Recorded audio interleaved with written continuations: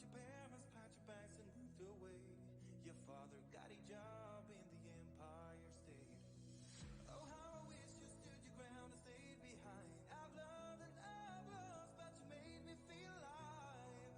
I guess you got a job, a life, and a family, but I promise my heart will always have a place for thee. Oh, I could be a saint, you would be the sinner.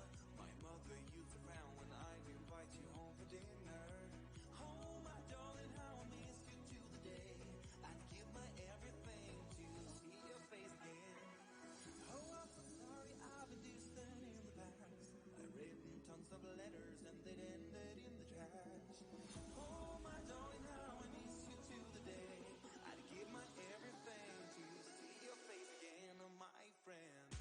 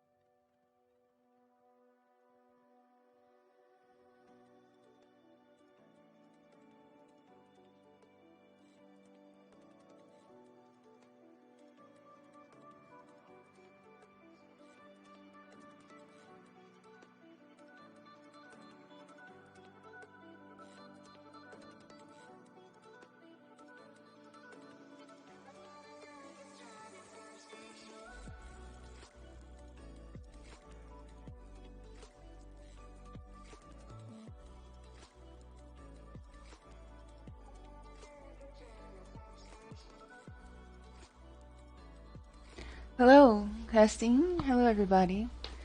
I can hear myself. Welcome, welcome, welcome. Let's give everybody a couple more minutes to come around.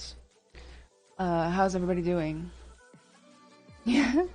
Hey, Spacey, Ash XR, 3D Sketchbook, MESP, Odon, of course. Here, he has immediately decided to go to the ground, so... that was not animal abuse, that was an accident. Yay. Oh, sorry. Hi. Did you guys hear him?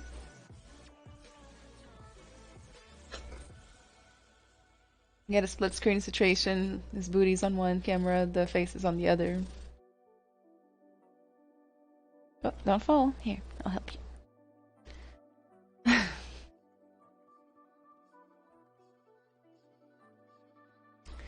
Hey, Scott Art, how you doing? Hi.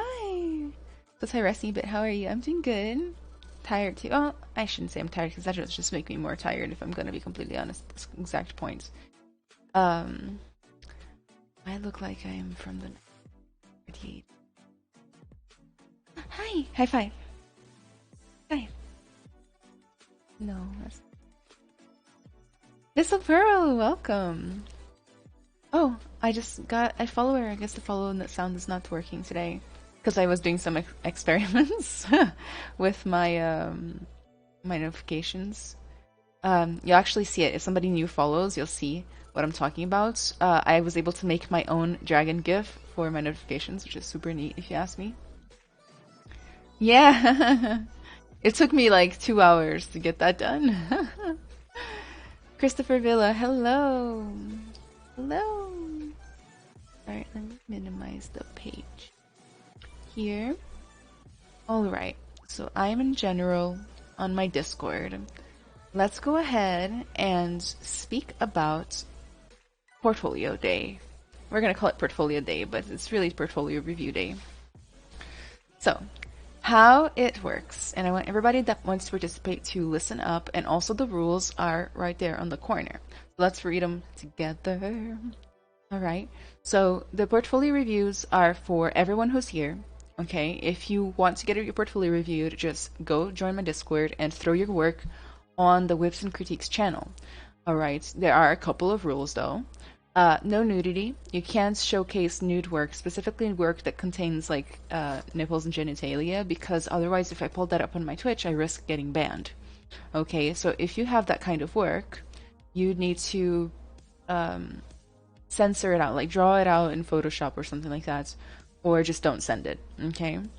2, it's first come first serve. We already have quite the lineup in my Discord, waiting. 3, you must be present and active during your review. Before I start on each new person's portfolio or work, I'm going to ask if they're here. I'm going to give them about a minute or so to respond because I know there's a lag, and if they're not here, I'll move on to the next one. You might be saying, why, Anna? The reason is because in order to properly review a portfolio, it needs to be a discussion. I need to be able to ask questions, and the person who made the work and is getting the review needs to answer them. Otherwise, I might as well be doing a YouTube video, right? And lastly, subscribers get priority. If you are a subscriber and you submitted your work, make sure to post that you are a subscriber on my Discord. Alright, just write in there like, hey, I'm sub, and I'll get to you first, okay? Because you deserve it for your support. If I miss any follow notifications today, it's actually because I just was messing with the settings, okay? So I might not notice, I might not notice the follow, but hopefully I will. So maybe somebody who's watching will help me out with that as well. Okay, again, I'm going to, let me pull up my Discord right here for you to see. This here is the general page where you will be able to kind of join Discord, but you do not submit your work in the general page, you submit it in the Whips and Critiques. This is the lineup for today. I don't even know where it begins, to be honest. I assumed it began with Joseph Leon, but I'm not sure. I should have made a new channel for this. I will next time. Gabsu, thank you so much for the follow. I appreciate it. Got me showcasing my new GIF. The GIF was just a test to see if I can do what I want. I'm gonna do like a better one later. I'm so excited. Hinatola.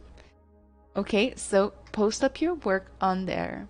Do we have to be in Discord as well? No, not necessarily. I will just be talking to you through Twitch. So that's a great question. If you submitted your work and you want your feedback, we're going to talk through Twitch chats, okay? Which I know it's not so good because it gives us a little bit of a lag, but it's fine. Let's see if I finished my announcements. I guess just the last thing is that I do these portfolio reviews, work reviews, as a way to say thank you to my community from the bottom of my heart. So, like, if you're here, you know, if you followed, like, if you helped me reach a goal for my community, I just want to thank you a lot, right? This is just a small act of service that I can give you. But you're the ones really, like, you deserve it. So thank you. I should have prepared a speech, but it's just coming from the bottom of my heart. This stream will be around 2.5, 3 hours long. Hopefully I can get to everybody. If I can't, we will prioritize you for the next portfolio review whenever that happens. But, you know, I'm not seeing too many works yet, so I think I have like 10 so far. So we can definitely do it. Did you guys notice the teacher tone coming out earlier? Right! From The Office. I'm just kidding. Thank you so much for the follow. God, I'm so proud of myself for getting this gift to work. You have no idea how hard it was. For some reason, like, you know, Premiere will let you do GIFs, but then it won't let you export them. It's like a whole thing. Not properly, anyway. I posted mine just above what you showed. Is that okay? Okay, of course, 3D sketchbook. Is this it? Here? Is this the one that you're talking about? I'm feeling a little disorganized today. It's been like a year since I've done one of these. I used to have so many rules and I couldn't remember all of them. Is this the one you'd like for me to critique? Nope, just above it. I missed it. Wow, thank you so much for bringing that up. Perfect. Just do a quick nudity scan. We're looking good. Perfect. So I'm also going to be trying Epic Pen today for the first time. And also, you guys have no idea, I just set up my new Wacom Cintiq tablet. Let me show you. My desk is a little messy. Don't mind it. But look. gorgeous. High tech, new technology. I'm like, look at me. So I'll be trying that out too, maybe with the Epic Pen. I don't know if I can, but we'll see. We'll see. New tech, I know. It's such a good day. It's such a good day. Thank you so much, guys, for being here and just enjoying this day with me. Thank you so much, Dungeon. I appreciate it. So, who am I talking to? So, 3D Sketchbook, Brendan Neves. Okay, Brendan. So, you're a great example for how we're going to look through an ArtStation portfolio. So, I will do two kinds of reviews today. Two kinds of portfolio reviews. One, if you send me a whole portfolio, I will do a brief portfolio overview because I can't spend a lot of time on every project, right? Or two, if you just send me one project, I'll spend a longer time on your one project. The first thing I do, and I'm sorry for this, I go to the About page. I take a little look. Okay, there's nothing in there. And honestly, sometimes it's the safest thing to do. Ken3Art, thank you so much for the follow. I appreciate it. Sometimes leaving that blank is the right thing to do, if I'm going to be completely honest with you. Okay, so let's start with the latest and greatest. So the second thing I do is I ignore the artwork completely and I read the description every time. I do this for my mentees, I do this for the workshoppers, everybody. Okay, my students. So let's do it. Okay. This is my first project of 2022 and I wanted to create Pike from League of Legends. I've always enjoyed Pike's aesthetic as the drowned man. He has such cool character design. And I wanted to recreate it in my own way, taking some liberties, but following the guidance of concepts, illustrations, and the project of Danielle Orivi that you can see here. Let's open that. Very nice. Okay. First thing is that, and this goes for everybody here, you know, your description can elevate, neutralize, or downgrade your work, right? If you say stuff like, I wanted to recreate it in my own way, I don't know, I personally don't like anything that makes you seem slightly more amateur. So this is my first project of 2022, and I wanted to create Pike from League of Legends. I just like keeping things simple. Sometimes it's the best way, so I just go for like, this is my recreation of Pike from League of Legends based on the artwork by this guy. Keep it simple, keep it, you can't make mistakes that way. Watch out for the English, right? You got a space before your, oh, you guys can't even see that because the rules are on top of it. Let's scroll. Oh, and also, I'm messing up my whole screen. Sorry.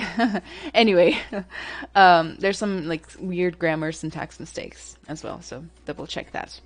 Right off the bat, very complete character, which is exactly what I think needs to be a priority for character artists. You need a full complete character that has normally, you know, at least some showcase of hair, clothes, accessories, and good anatomy work. Posing is also a must, right? But not a must. It's a bonus. I really like the lighting on this one, although I think the shadows are too dark. We are getting spots where the character is completely pitch black. I tend to avoid this. Complete white and complete black is kind of a no-no for me. It flattens out the model, it kind of blends it in with the background. It's definitely not something you want. You're going to want to, depending on where this is rendered, let's see. Unreal. So this is Unreal. You're going to want to add skylights, for example, to bounce some like lights into that shadow. It just flattens your hard work so much. Yeah, that's the main thing.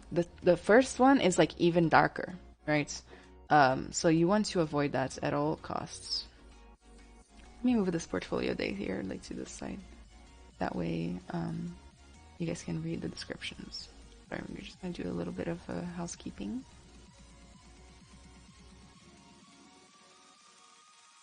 Oh, yeah, my overlay is new. It doesn't work quite the way it should yet. I'm working on it. Okay. Let's see. Nice job putting in the wireframe and the maps.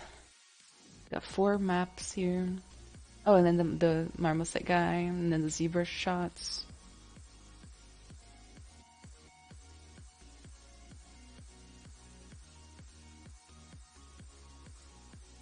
Oh, and the reference board. What do you guys think about putting the reference board on there? Personally, I'm not the biggest fan of putting the reference board on there, but I think it can change from person to person, and I've heard it be suggested before. So all in all, not bad. The lighting really doesn't help the hard work you've done, but it's very complete, and I appreciate that.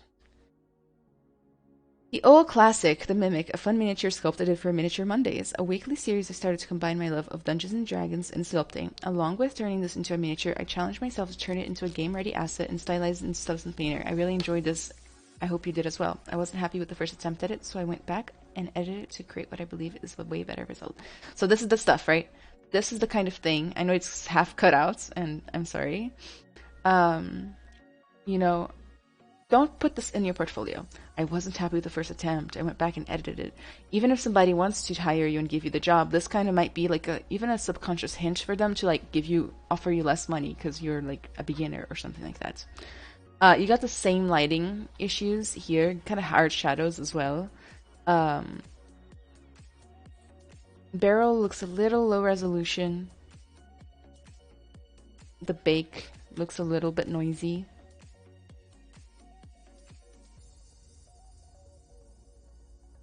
Oh, nice. Looks cute.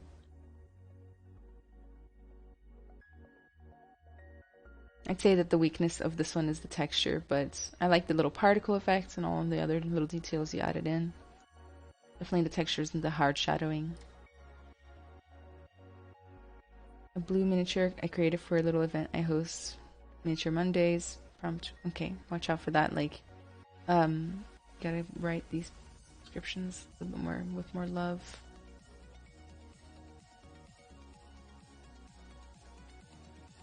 Honestly, I would open with this one. This one's kind of the showstopper. All the others are kind of basic, you know?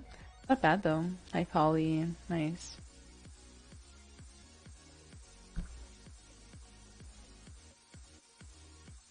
This is Faust. Well, my players came to call him Jeff Faust. A trickster, if you will, sorts. He was created as your typical NPC for a game, Dungeons and Dragons I DM for my friends and family following the module of Grim Hollow, which is fantastic. Check it out. Okay, so it's a little wordy.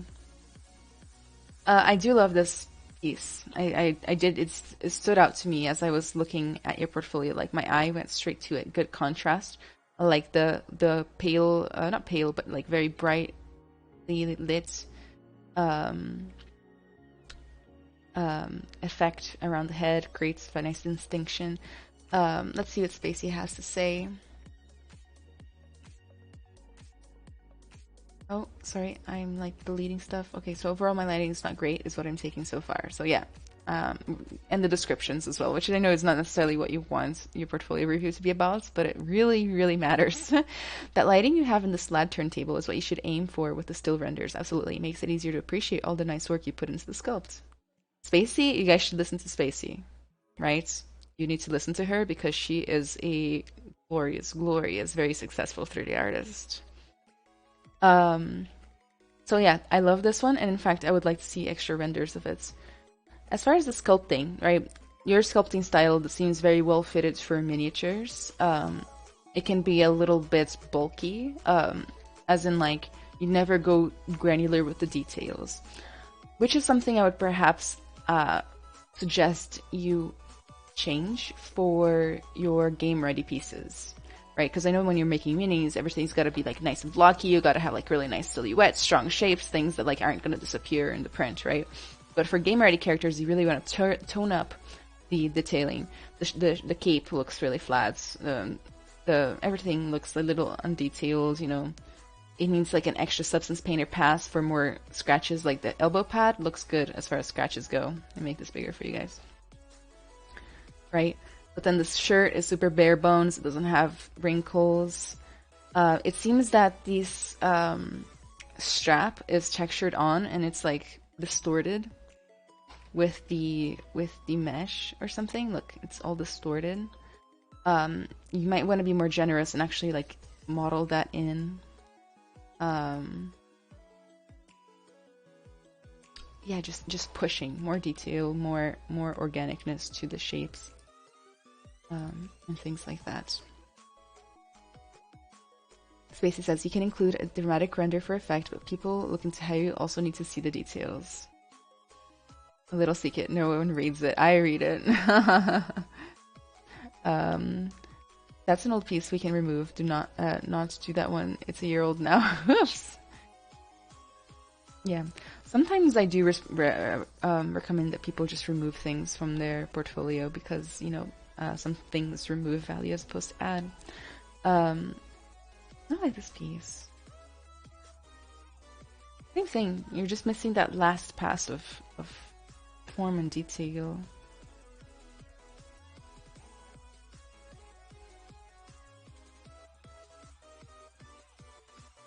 Homier and Clayto, thank you so much for the follows. I appreciate it. Thank you. Basically says, good call. It's often said that your portfolio is just judged by your worst piece.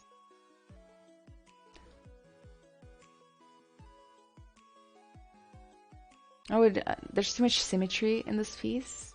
Means it's like almost no break in the symmetry. It's very important to, you know, add in that little bit of detail. The closer something is to the center line, the more you want to break the symmetry. Thank you, Hikahadu Kaishu. Thank you for the follow.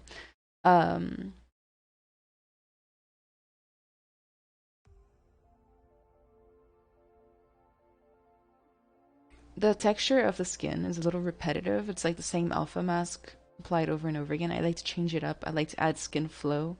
Go more careful on the wrinkles. See how you got like a break here? Just looks like it's really rough. Perfect for minis, not the best for, you know, concept pieces or sculptures or game ready pieces and things like that. But those would be the main things. So if we had to summarize this one, we would say, get rid of the old stuff that isn't good anymore, improve your lighting, simplify everything description-wise, okay? I know somebody said they don't read it, but like, I read it. And I'm not the only one. It gives me an insight on somebody's personality, confidence, level of I guess, like, how to put it, like, level of professionalism, right? Not everybody's like me, but I hire for professionalism too. Alright, 3D sketchbook. I hope that was helpful. Who's the next one? Is Ben S. and Joseph Leon here? Arthur Norris, hi, how you doing? Oi, tudo bem? As línguas, todas me misturando. Essentially, the old stuff and learn better lighting. Hopefully the next one impressed with that lighting. Joseph Leon and Ben S. Are you here? He-Man 94, thank you so much. Okay. Juwelia and Slee 2, are you here?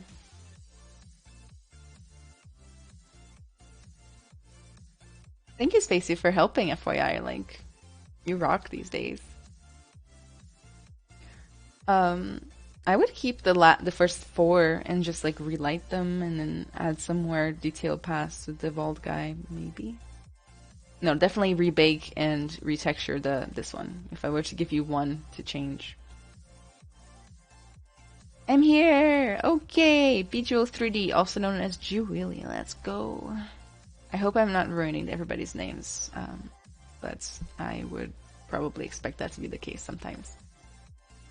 Okie dokie. Let us see.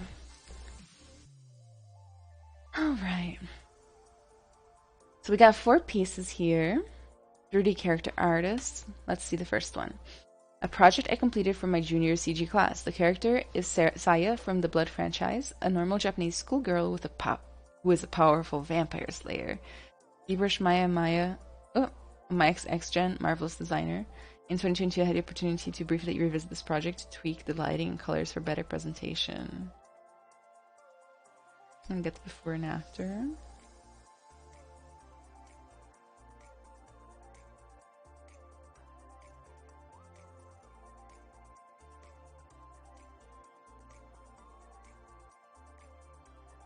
I'm trying to open this one, but I cannot. Let me refresh the page.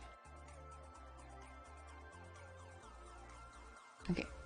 Well, FYI, I don't know if you know this or if it's on purpose, but I can't open these bottom pictures, only the top ones. Julia, okay.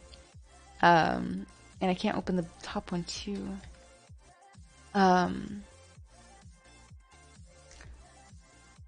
So the very first thing I noticed, and I'm gonna zoom. I can't even zoom in. Okay, what do I do?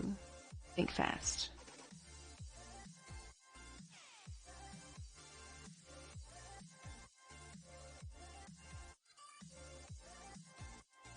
Okay, we're gonna have to make do with this. First thing I'm noticing is that the eye is convex, and it's also got like a sharp polygon. You guys can't even see this, but I'm sorry, but it's got a sharp polygon, like pointy, right in the middle of the eye. It's creating this weird effect. You know, the human eye, it's got layers, and the main colored layer at the iris and pupil, it's actually concave with a clear layer that goes over the top of it. What does that mean? What does that mean for you? It just means that the eyes look really fake. For example, if you ever notice somebody that wears colored contact lenses, when they look to the side like this, or like 3/4, you'll notice that their eyes aren't shaped the same as a natural eye would be, which is kind of a natural thing, right? It doesn't seem like the eyes have any light, like too much light in them. So I can see a little glimmer of light in the old render, but the new renders kind of flatten out the eye ever so slightly. I think it's very important to have a little glimmer of light in the eye, and that will take the life of the character to the next level. The uniform looks really nice. The hair could be better. Let me find the new one. Like, for example, we got like one piece of hair. You guys maybe can't even see this, but one piece of hair is literally sprouting from the middle of the forehead. There's a little bit of lack of detail as far as, like, you know, the braids just kind of finish naturally. They don't get cut off, or like there's no rubber band or anything to stop them. It just kind of continues like this. There's a lot of overlapping in the hair that looks a little unnatural. Sword looks a little low resolution on the texture side.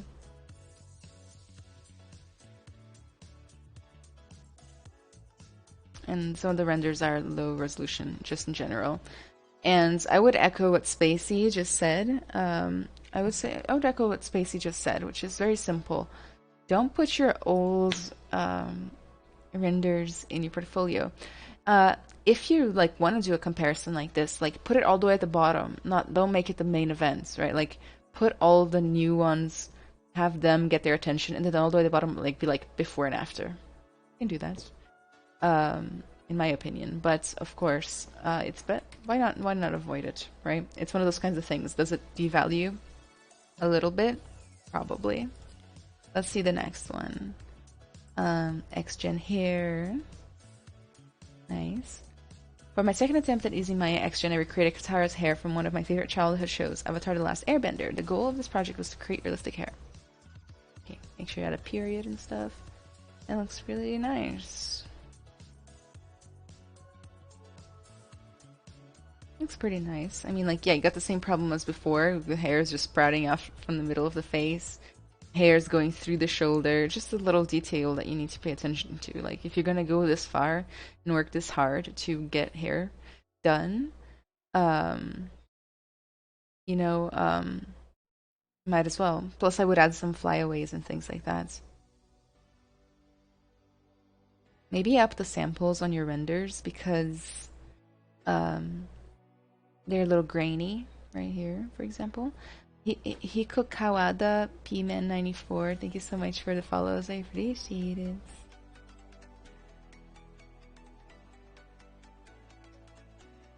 If you press Windows R and you type magnify, Windows will start the magnifier app. Windows R. Magnify. Oh!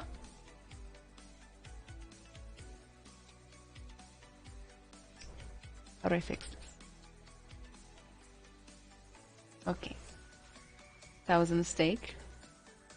I'll agree not to do that again. Okay, there's the Magnify app. It's somewhere, but I cannot see it. Sorry guys, technical difficulties. I didn't assume the app would mess everything up. Just because. Can somebody help me out of this mess?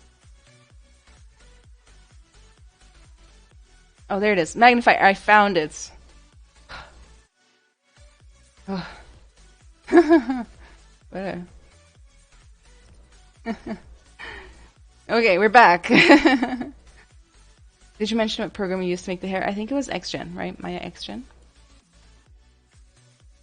I'm here for the cat. Everybody is here for the cats.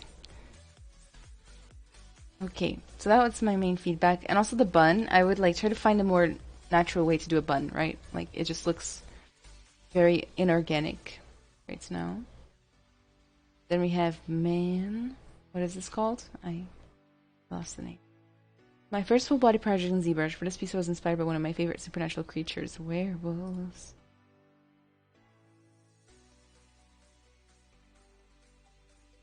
Okay, I like the concept of the piece. I like the kind of the story behind it. It's dramatic. It's like a gallery installation situation, right? Just as I mentioned before, I think I would go all the way and just you know, give it a little bit of a better render. It looks a little shiny from the matte cap and things like that.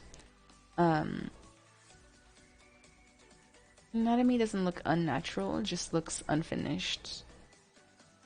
And then, like for example, the leg here, you know, like you got like big stripe going up the leg, not a lot of detail. The calf, or I'm sorry, the shin is totally curved, like this. The shin tends to be, you know, pretty straight. If anything, curved the other direction.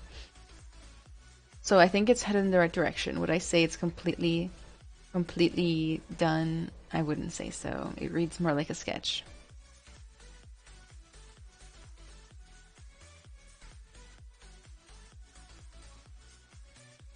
Willow! Sculpt from a concept I created for a sophomore film project. The character is a young witch named Willow.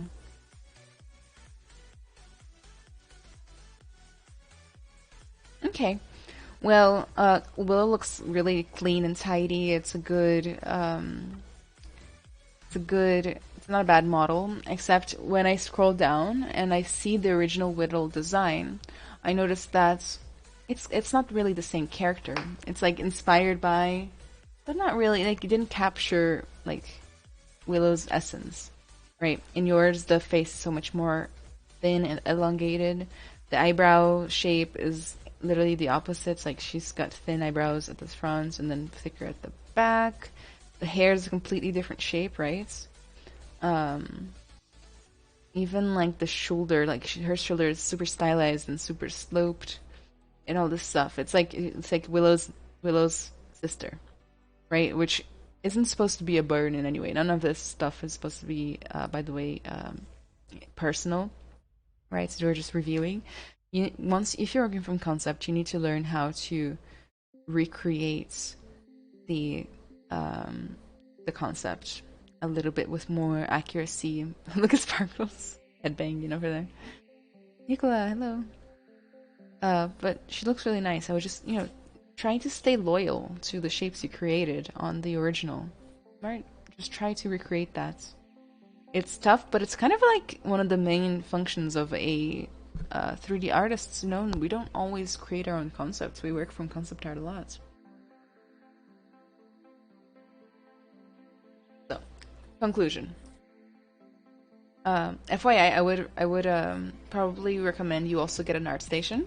Not a big deal, right? I don't know if you guys agree. Personally, I like how reliable and standard ArtStation is. Like, you know, your pictures will always zoom, for example, on ArtStation. Just needs a little bit of touch-ups on the details, like the last 10%, you know, the last 10%. You guys know what that is? I don't want to just throw that out there. You know, finish up the man or monster piece and get more accuracy on Willow, like, but it's super close. I would say, if anything, I would take off the original, like, say you don't have time to finish Willow or to upgrade her, like, just take off the original concept and pretend it's something completely different. Oh, you have an art station, nice. Got so much stuff. Oh, this is cute. Let's stop that and let's take a break and look at this. second. The 3-3 Gunslinger, thank you so much for the follow. Okay, that is my main feedback for you. I hope it was helpful. Slee2, is Slee2 here?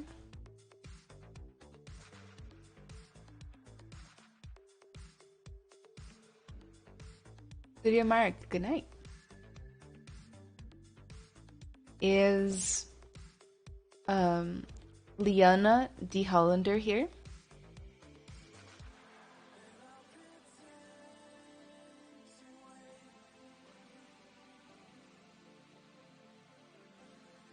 I like how our station is standard, so that you can't really mess it up. I use my website for unprofessional work.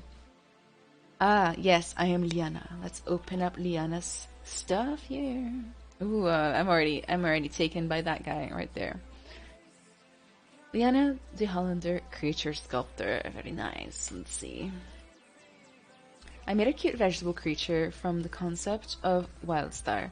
The main goal was to follow the game pipeline and produce a game-ready modeled in Zbrush through Topload and wrapped in 3ds Max and textured substance. What do you guys think? Like, that's the wrong way to spell models? Because I know that there's like no real right way to spell models, and it can be, how do you say, disputed. Some people say like modeler with 1 L and 2 L's, but I've never seen it spelled that way. Okay, so feel free to throw a little Grammarly at it. This is so stinking cute. Spacey, look at how cute this is. Is it an original concept? No, wait, no, it's specifically said it's from Wildstar. That is so stinking cute. Spacey. It is very cute. Okay, let's see. She has the. Okay, nice little UV showcase. Okay, if I were to give you one advice on this one, is that what do you call these veins? The veins on the leaves of the plants look really pudgy and kind of like not done with love. They just look like they just scratched on you, like no, done. And then they kind of don't even have like a lot of follow through. They just kind of stop. The leaves are pretty pudgy. I don't know if they're supposed to be that way or not.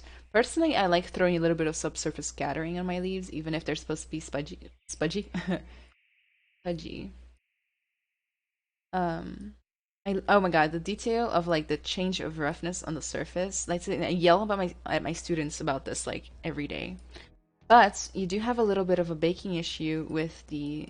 Is it a baking issue? I can't tell. I thought for a second there was a baking issue right here, but now I'm starting to think that it was supposed to be like a little lump where the leaf was supposed to come out of. And it's just like kind of mismatched with where the leaf starts. But it's so cute. Honestly, all of that can be forgiven.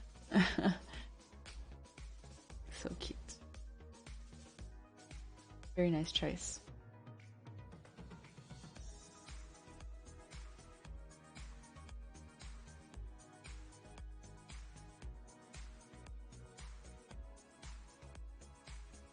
Based on the concept of David Meng. Nice and simple, straightforward.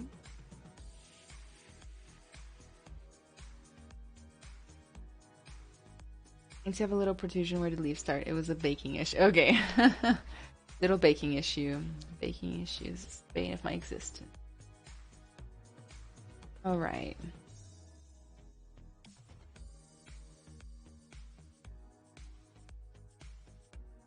Okay. Just like with the previous portfolio, I'm starting to think that we can achieve greater accuracy of recreation. So let me go ahead and get PureF. We're gonna use PureF, people. It's time. I'm gonna start drawing on the screen too. Right, so we can see them side by side. I'm so excited. Let's use Epic Pen. Okay, I'm clicking the draw button. Let's see. Oh my god, this feels awful. My Wacom settings are all messed up. Okay. Okay, we can do this anyway. So, we got a couple of issues. Like, let's look at the silhouettes first, right? We got like the hump is supposed to be like a major kind of. Oh my god, I can't. Let me fix my Wacom settings, guys. Give me 1 second. I literally plugged in my new Cintiq before the stream, or started, and honestly, oh, the Wacom driver is not functioning. Thank you so much for the follow. I can't see your name right now, but I will see it in a sec. Oh, she bats.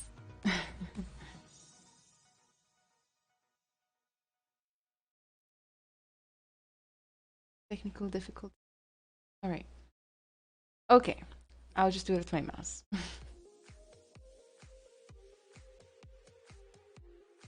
Oh, rules are in the way. Okay.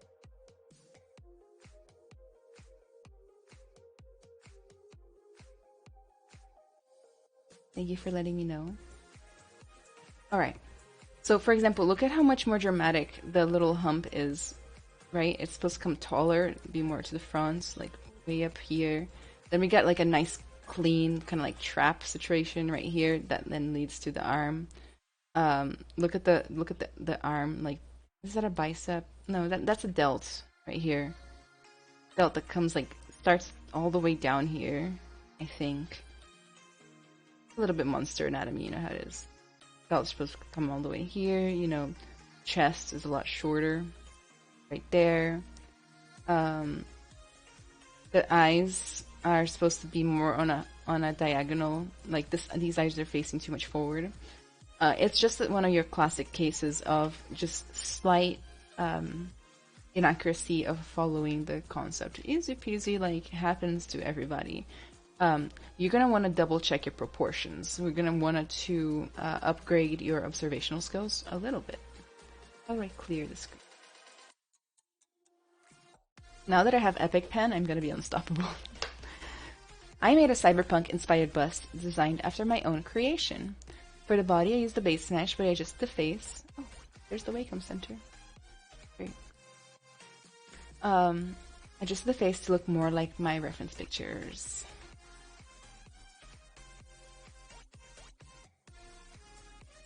I really like her personality. She's like looking off to the side. She's got her cigarette in. It's really nice.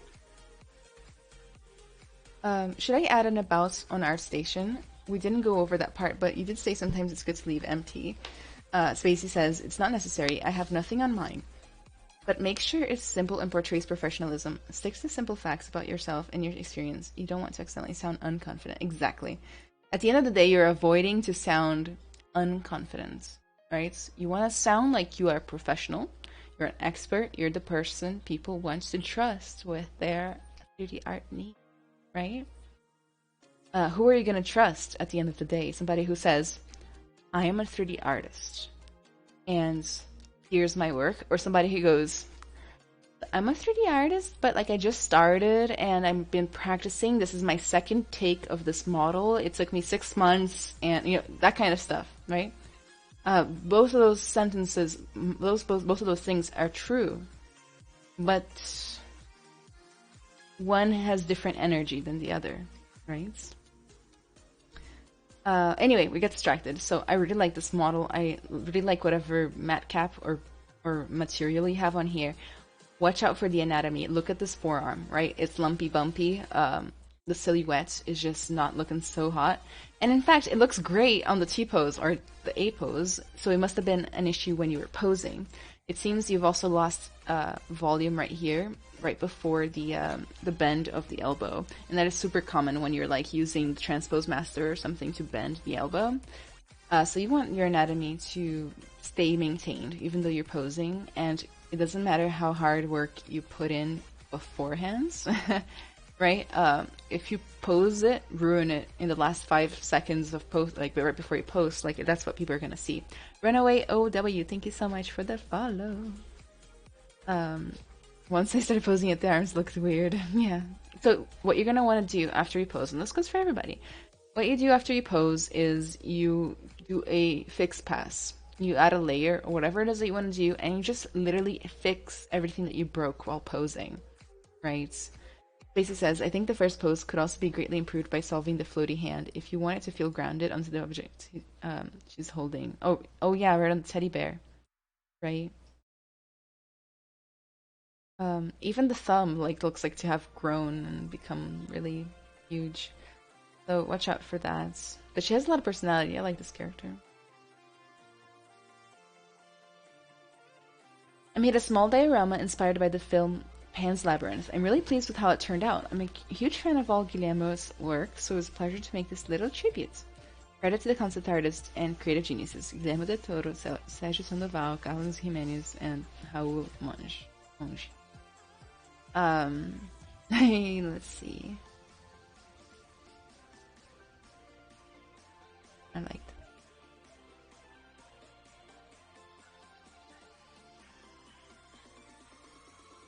Make sure you don't put stuff in your portfolio, and this goes for everybody. Everything I say goes for everybody, right? Don't have big topology showing. I don't know if that sentence made sense now, but it's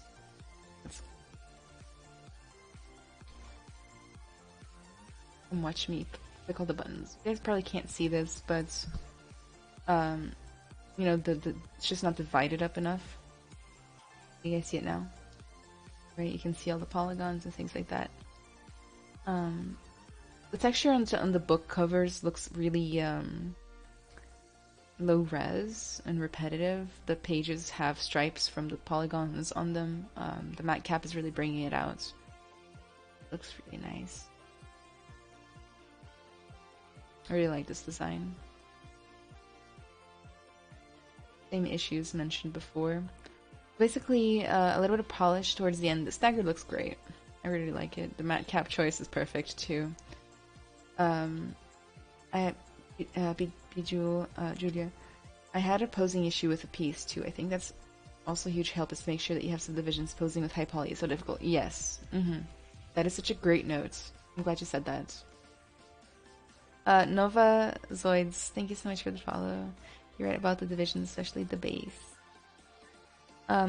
Altogether though, the diorama looks really nice. I'm actually a big fan of this one. The lighting really brings it out. I like the little rim lighting. It's kind of like a low rim lighting. I would have divided up the base also so that I didn't see all the polygons. Yeah, I like this. I also really like Pan's Labyrinth. I would probably have shown even more shots of the whole thing put together.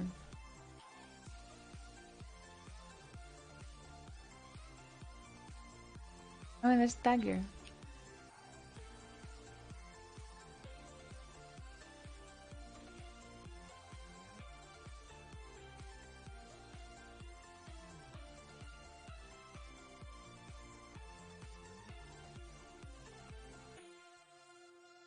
Basically, let me know if you want to get like on voice chats and help with the crits. Like, you rock crits so much. I think everybody would like that if you like wanted to.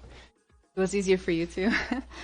I kind of struggle with not knowing what to include on portfolio. I'm recently learning anatomy, so lots of base meshes, but how much work from other artists' concept art should I include? Is it safe to do so?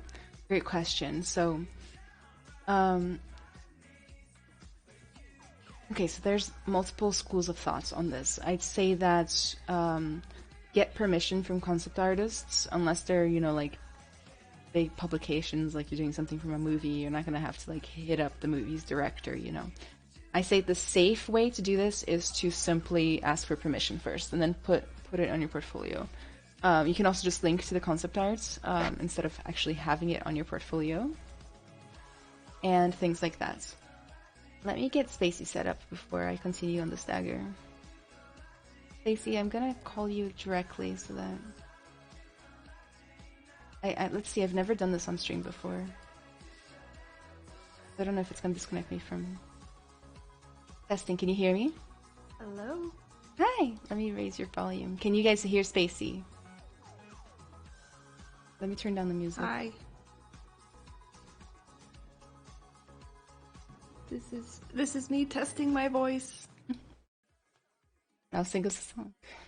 Everybody says yes. Alright. Should I also share my...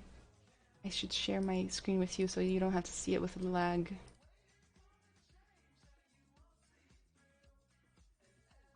Can you see that? Got it. Alright, so it's me in space. Against the world. Let's do it. Here's finally something I understand. This is a 3D model I sculpted in ZBrush. It is based on the dagger from my favorite movie, Pan's Labyrinth. It's the first time I worked in ZBrush, so I was quite excited. There was some things I could improve, but overall I'm pretty happy with the results. Original concept by Sérgio Sandoval. Space, would you like to start on this one? Sure. Yeah, I was thinking the modeling is really, really good on this one. And so good job on that. But I think the material itself is kind of cheapening it. It's sort of making it feel like it's a fake prop dagger. And so I can't tell actually if this is meant to be like a final textured version or if it's just a placeholder to show it off. So if it is a placeholder, I would find a more generic material to that just shows off your really nice modeling better. Or if it's supposed to be fully textured, I would just take another pass on that and try to get, more wear, grime, detailed colors in there. Absolutely. So I had this conversation with a literal student literally yesterday. Okay, so it's fresh. I was speaking about the aspect of metal and specifically gold in his work. And this just looks like a metallic channel in Substance Painter changed to yellow, right? If we were to search for an actual gold dagger, shopping, let's buy a gold dagger. Which one do you think could work?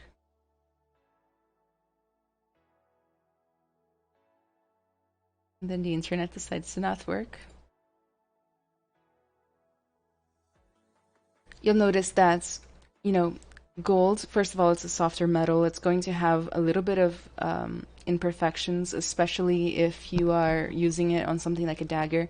Look at the changes in roughness, the changes in even diffuse color, right? You don't want to just throw an AO map over the top of it to bring out your details.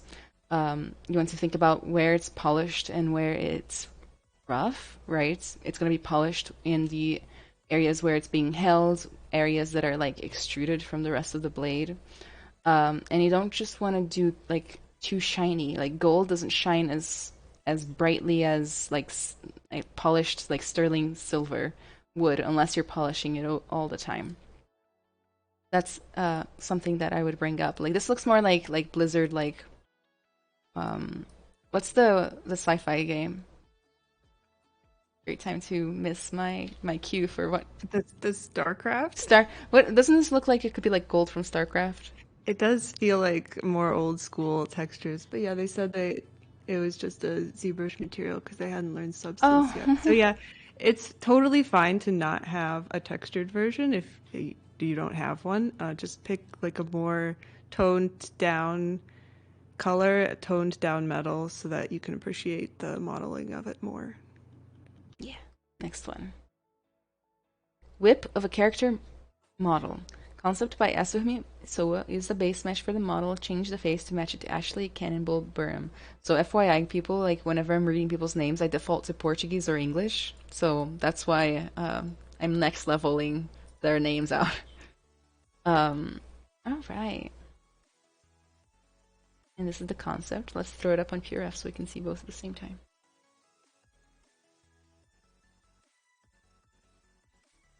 Very gorgeous.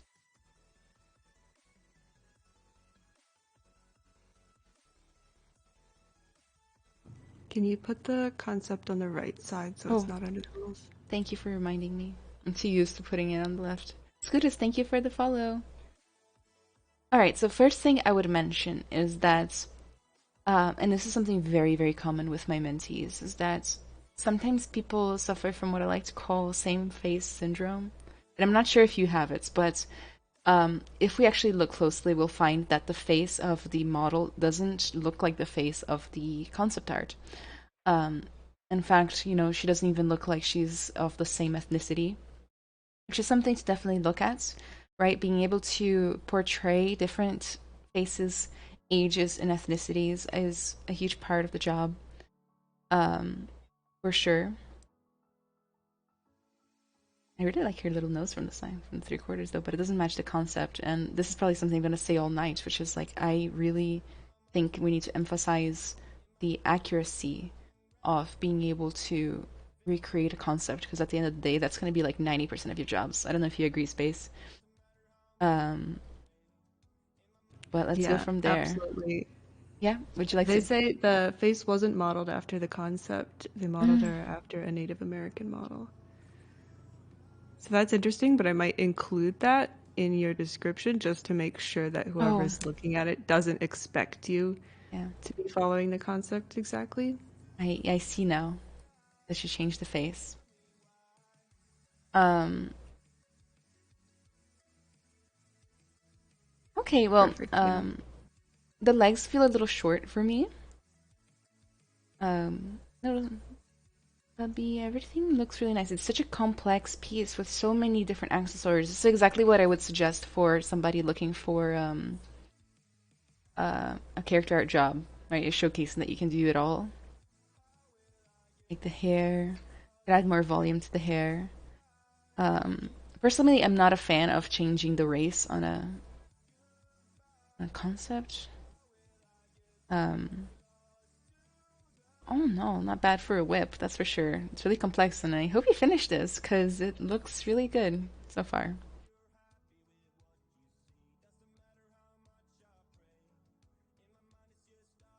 Game Ready Goat character. I made a Game Ready Goat character based on the work from Neskine. Sculpted in We ZBrush. love goats. We do love goats. Unwrapped in Rita pose in 3ds Max texturing Substance Painter. Let's look at the stills while that loads up. Oh, got some ZBrush. Oh my god, look how friendly it looks.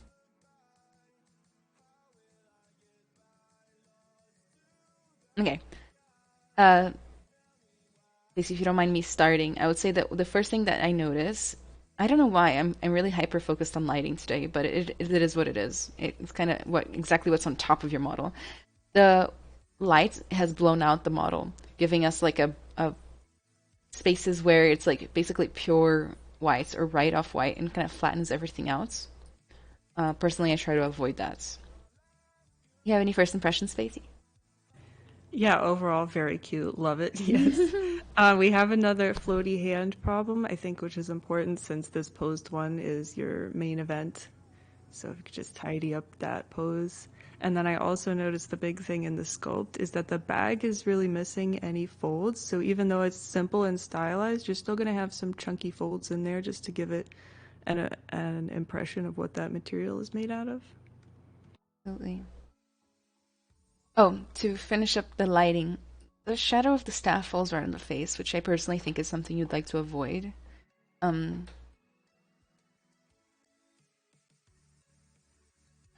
one thing I noticed is the thumb. So if you look at your hand, let's look at the thumb right here. You guys see that? Let me open that in a new tab. If you look at your hand, right? I'm going to put it in the same position as the goat. Look at your thumb. Your thumb doesn't point, the nail doesn't point up in the same direction as the rest of the fingers. It points away at like a 45-degree angle towards the center of the body. In this case, the thumb is basically pointing perfectly up like how do I put it? Just another finger, right? I'll definitely fix that. It definitely stands out to me as a little bit of a weird little thing. So hand anatomy for sure.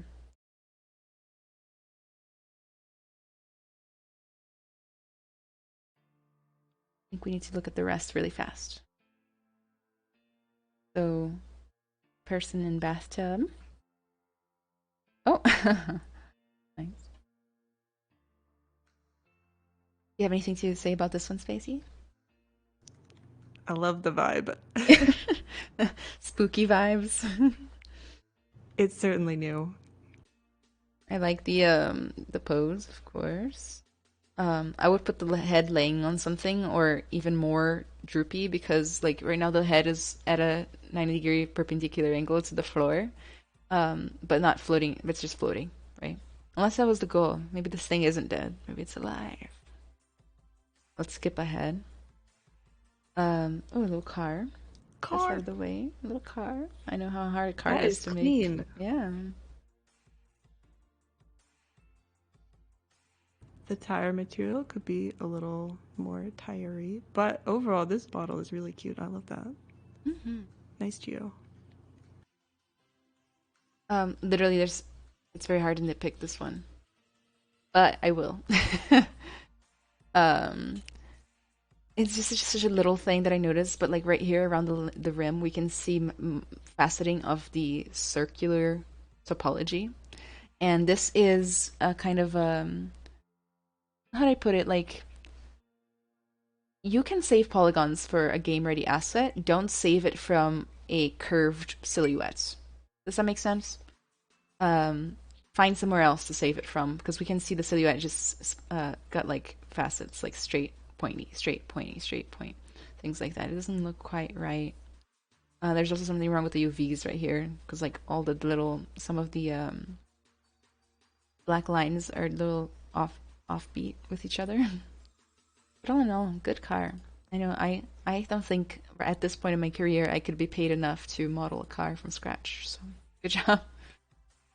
Yeah, I'm assuming that you're trying to be a character artist, and so yeah, people say that you should just specialize in one thing to make sure that you're the best at it. But if you also have something that you're good at, like this car is really nice, I would keep it in there. It shows that you can do more than one thing. If you have to have a character who is holding a hard surface object, then the people hiring you know that you can make that too.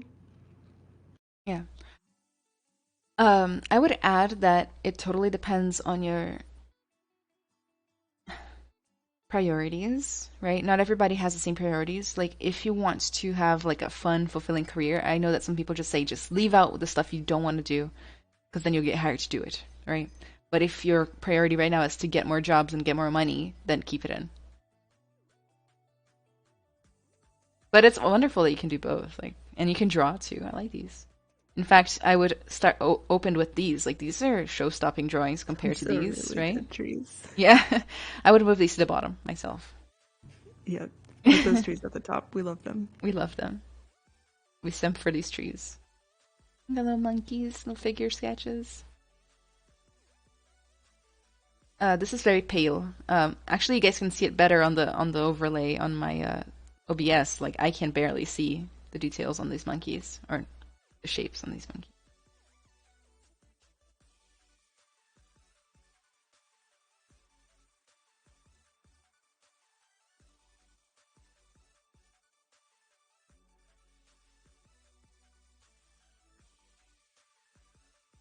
I don't know if every one of these sketch drawings needs to stay in. What do you think, Spacey? Like, I feel like some stuff like this doesn't need to be in. Yeah, I agree. There's definitely some that are a lot better than others, and there's a wide range. And again, you know, if someone's scrolling through this, they judge you by your worst work. And if they see something that isn't as good as the rest of your portfolio, what they might subconsciously think is that you think that this is also good. And so you want to just show off the stuff that is absolutely your best. Thank you for the follows. Me, Okami Eyes, Scooties, Coop, Zeus, Bundão, Novazoids. Thank you all. Okay, we need to start moving on. Let's close this one out. Back to all.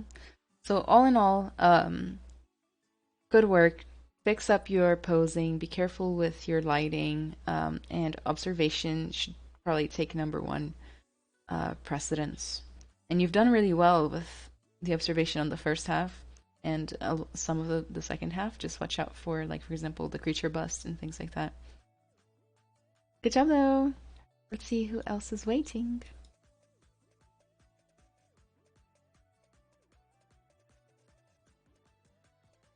Gosh. Oh my god, there's a lot of... Oops. There's a lot of people here waiting. Okay, Giacomo Balboni, are you here? And Alora, are you here? For those of you who weren't here at the beginning, I checked to see who's here for their portfolio critique, because we need to be a conversation, right? Scott Arts. Okay, let's go look at yours since you're here first.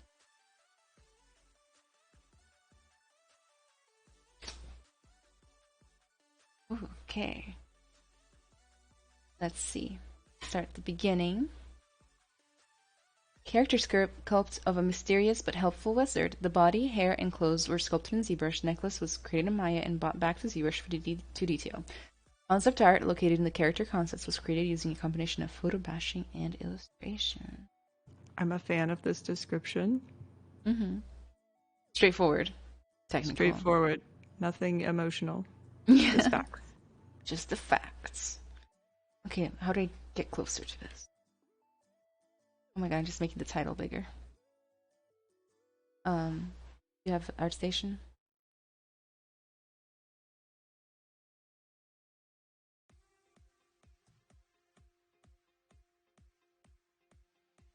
Okay, so divide up your model before you take the renders.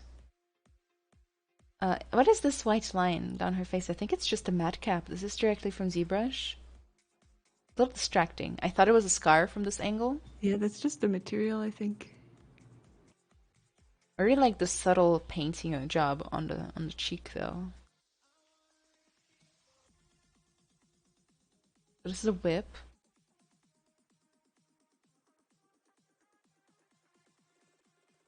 Oh, there's the concept.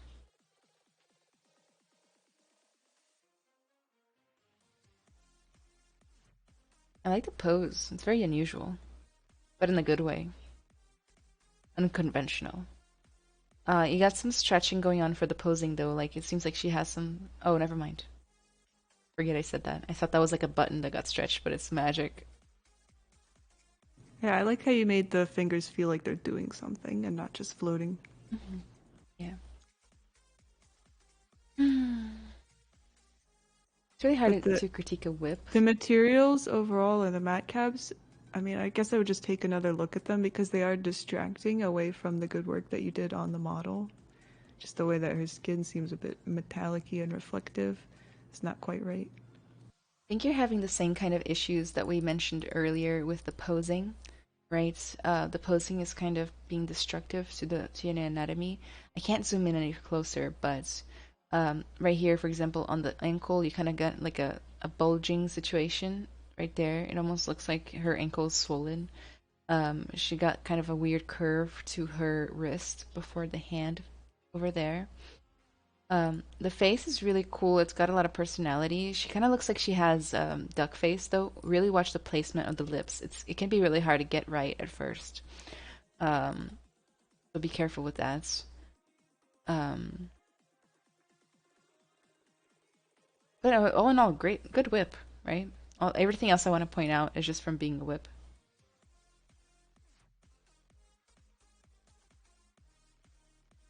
Where's the Dragon Age study? Character sculpt in progress using the art from Dragon Age Inquisition and the teasers for Dragon Age 4 as reference.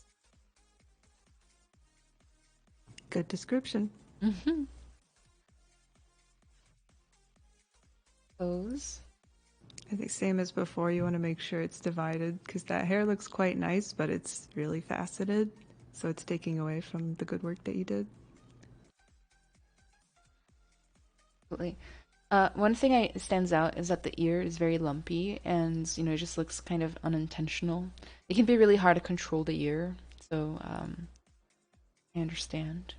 Face looks hella clean though. I think this is my favorite one so far.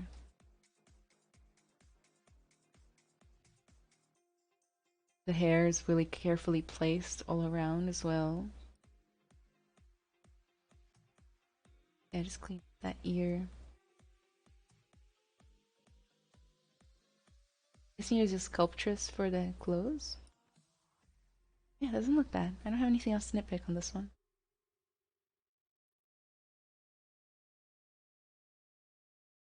Expression sculpts. Created a base sculpt and expressions that could be used as blend shapes or as wrinkle maps. Created using ZBrush, Maya, and Substance Paint. These are fun. This is my personal opinion, but I don't like using this gradient backdrop for my models because it kind of gets in the way of appreciating the model itself. I agree, and I've heard from people I work with that they also agree. The first thing they do when they open ZBrush is turn the gradient off. Oh, she's been saying things. I'm sorry, guys. I get really into the crit and I stop checking the chat. To be fair, I come from a prop background. Oh, this is the wrong person. I think the first two pieces are the ones I'm the most interested in Crit for. Let us have emotions. Spirit's face is not great. I'm sorry. Hate yourself on ArtStation. like just I know it sounds like more boring than having your own websites. Just do both. You know, art stations are really standard. Every recruiter knows how to use it. It's reliable. It's been iterated, you know, to improve and all that stuff. Should I remove it? Background is just horrible. Santiago. She's not really interested in critiques here. Watch out for the jaw though that didn't open. Gotta make sure that I the think teeth follow if you're along. looking for something to remove, you could remove the two that have the hair in it because the hair is obviously just not worked through like the faces are, but the actual expressions are quite good. So if you just re-rendered them, I think they'd be strong. Yeah. Like when in doubt, just throw on a BPR render, right? I think like the low effort rendering. Various character concepts and designs predominantly for fantasy settings. Oh, I like this style of like painting. Self. Reminds me of this one girl I used to follow on DeviantArt back in the day. Yeah, these are not bad. If I had to give you one conclusion, like closing statements, it'd be that the portfolio has a lot of unfinished things in it, right? Um, and I personally think like it's not really usable until things are done. What do you think, Spacey? I agree. It's not bad to have works in progress if they show that you're on the right way to a finished product. If you also have a finished product in your portfolio that they can look at and say, okay, this is where the work in progress would end up if they kept going. Yeah, I would say that the majority, or at least 50%, should be done, right? I would Yeah. take a step further and say that not finishing might showcase a lack of commitment or something to some hiring director out there, you know? So you need to be able to finish pieces and showcase that. But all in all, great promise, you know, it's good potential. Is Giacomo Balboni here? Is Ash here? Ash XRR.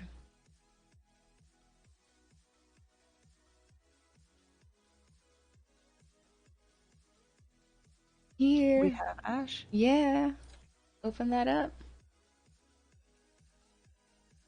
Okay. Birmingham, United Kingdom. Oh, real fast. Let's do some housekeeping. So, if you're watching the stream and you're enjoying it, make sure to follow me on social media. It's the best way to get a hold of me, ask questions, get a hold, figure out. I'm distracted.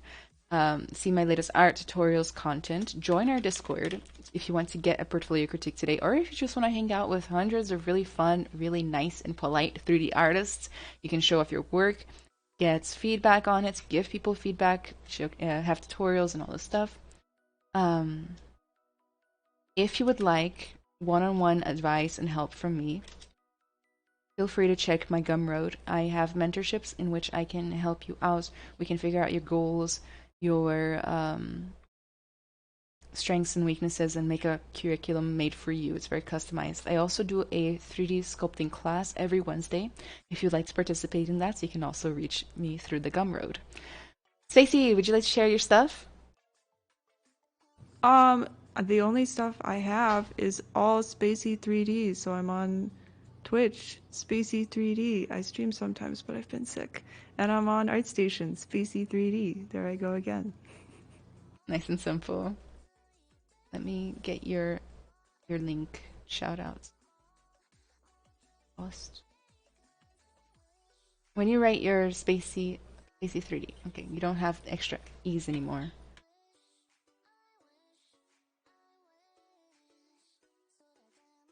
Yep, it's all the same now. Nice. There it is. All right, let's get back into it. Ash, it's your turn. I'm interested in the mentorship. Nice, then check out the link. And feel free to send me a message on Discord if you have any questions about the mentorship. FYI, I will get back to you. So, let's start looking at from the beginning. We got a lot to run through.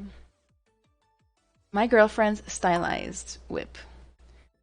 Something I've started in the last few days as part of a project I'm working on, a stylized likeness of my girlfriend. We are like the idea of taking this project further and turning her into an Overwatch hero, our favorite game to play together. Okay.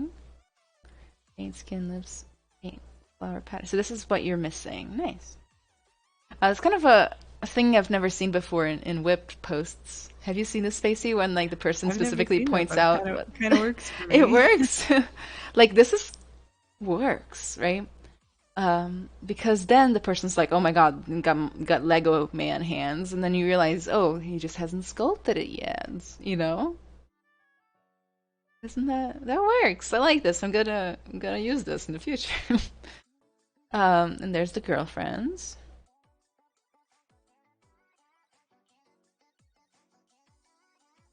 Okay. Got Lego hands. Okay, I love the pants. First off, like that cloth, those little folds looking really strong. They are tight. They are. They're looking good. Not as good on the top, if you ask me. I agree. The pants look intentional in the placement of the wrinkles, but the shirt kind of looks floppy in a way that I have a hard time describing as a hard surface artist. It just looks like they're not quite in the right spot.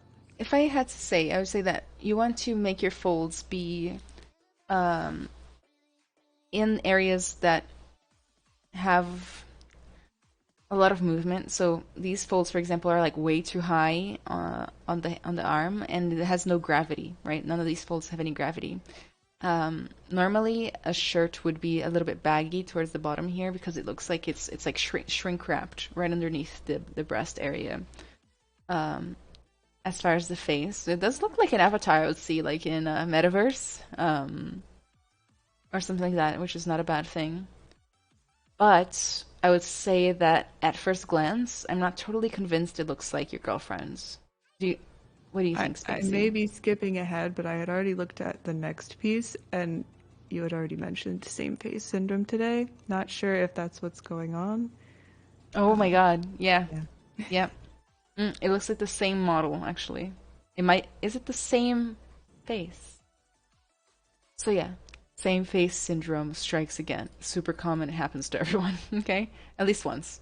I know like comic book artists have to deal with this when they're training themselves to be able to like recreate the same character over and over again, making that match, but then have like all the other characters match themselves and not cross over, you know? Yeah, they reused and adjusted it, right? Yeah. Oh yeah. Yeah, so it definitely shows. She got the same mouth, same eyes, same nose, everything. I think only the nostril area, like the cartilage part of the nose, is the only part that's different. It looks good here. I'd say it's successful in this one. It's not as successful in the girlfriend one.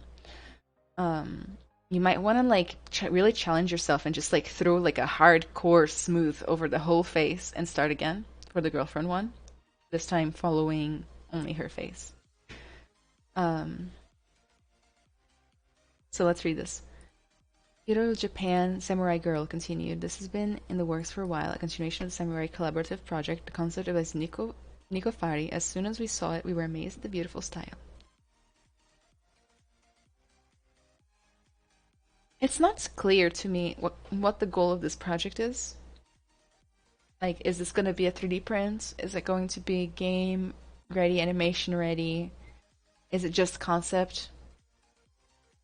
You know, I think we need to know that in order to truly appreciate whether or not you've hit the mark.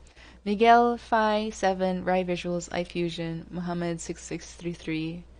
Thank you so much for the follows. I appreciate them. But all in all, like, oh, I like the way the hand's holding the knife right here. But That is a nice hand. Knife hand, very dangerous. Insurance doesn't cover that. But speaking of Spacey's floating fingers, right, that you've been mentioning all day. Yep. Top hand is floaty hand. Bottom hand, good hand. Be more like bottom hand. Things like, you know, she got ripped tights right here, but the actual rips have so much thickness. It almost looks like it's not a thin layer of fabric, right? It's got like so much thickness to it. It's got some smooth. I would work on that. And perhaps I don't know, I really like the hair. It works. It would work well for 3D printing. Be careful with breasts. I would add a little bit more gravity to it. Yeah, definitely more gravity.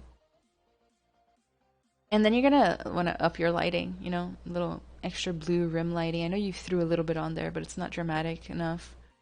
A little bit more warmth due to the whole thing. Like, look at the colors. This is a work in progress. Look at the colors side by side. Like, I make my students like compare colors just nonstop all day, every day. Because I've noticed, I don't know if you agree with this, Spacey, but like it's a very common trend for 3D artists to actually kill the life of the concept art a little bit too much when they recreate it. Does that make sense? Like Yeah. the colors just aren't as exciting and bright. The eyes aren't as alive and expressive. The pose is just not as dynamic, right? It's very common. It's very common. And for some of the colors, you need to actually be painting it into your texture to get the same kind of dynamic tones that as in the concept. It doesn't all come from the lighting. Mm-hmm. So there's a lot of work in this portfolio. Maybe we need to take an overall look now. Thank you, Space, for keeping track of my time. I haven't been the most efficient today. All in all, let's see what the goal is. Okay, just applications. Okay. He says, I left that one for collectible. It's by far my favorite. It's almost like she's either trying to redeem herself or something. Like, I can tell there's a whole lot of story there. Her pose and outfit, hands. So, just by looking at your work, I can see you want to be a character artist, but you also have a sci-fi hallway, a sci-fi ship. I think the portfolio might be a little busy. Like, there's maybe a few models that you don't need. Like, this one is kind of messy. The bake looks really off with it. It looks like he has intersecting geometry and things like that. For example, that probably doesn't need to be in the portfolio. Some stuff looks really nice and is losing its attention because of how crowded it can be. Do you have any words, Spacey, about the overall vibes? Yeah.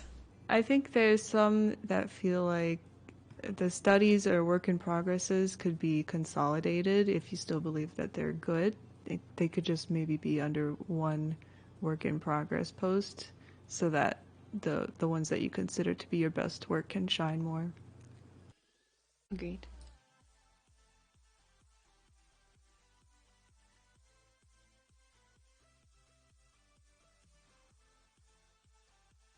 I would add that like things like this sketch for day one of Creature Nary doesn't necessarily belong in a portfolio unless it's like really excited and polished.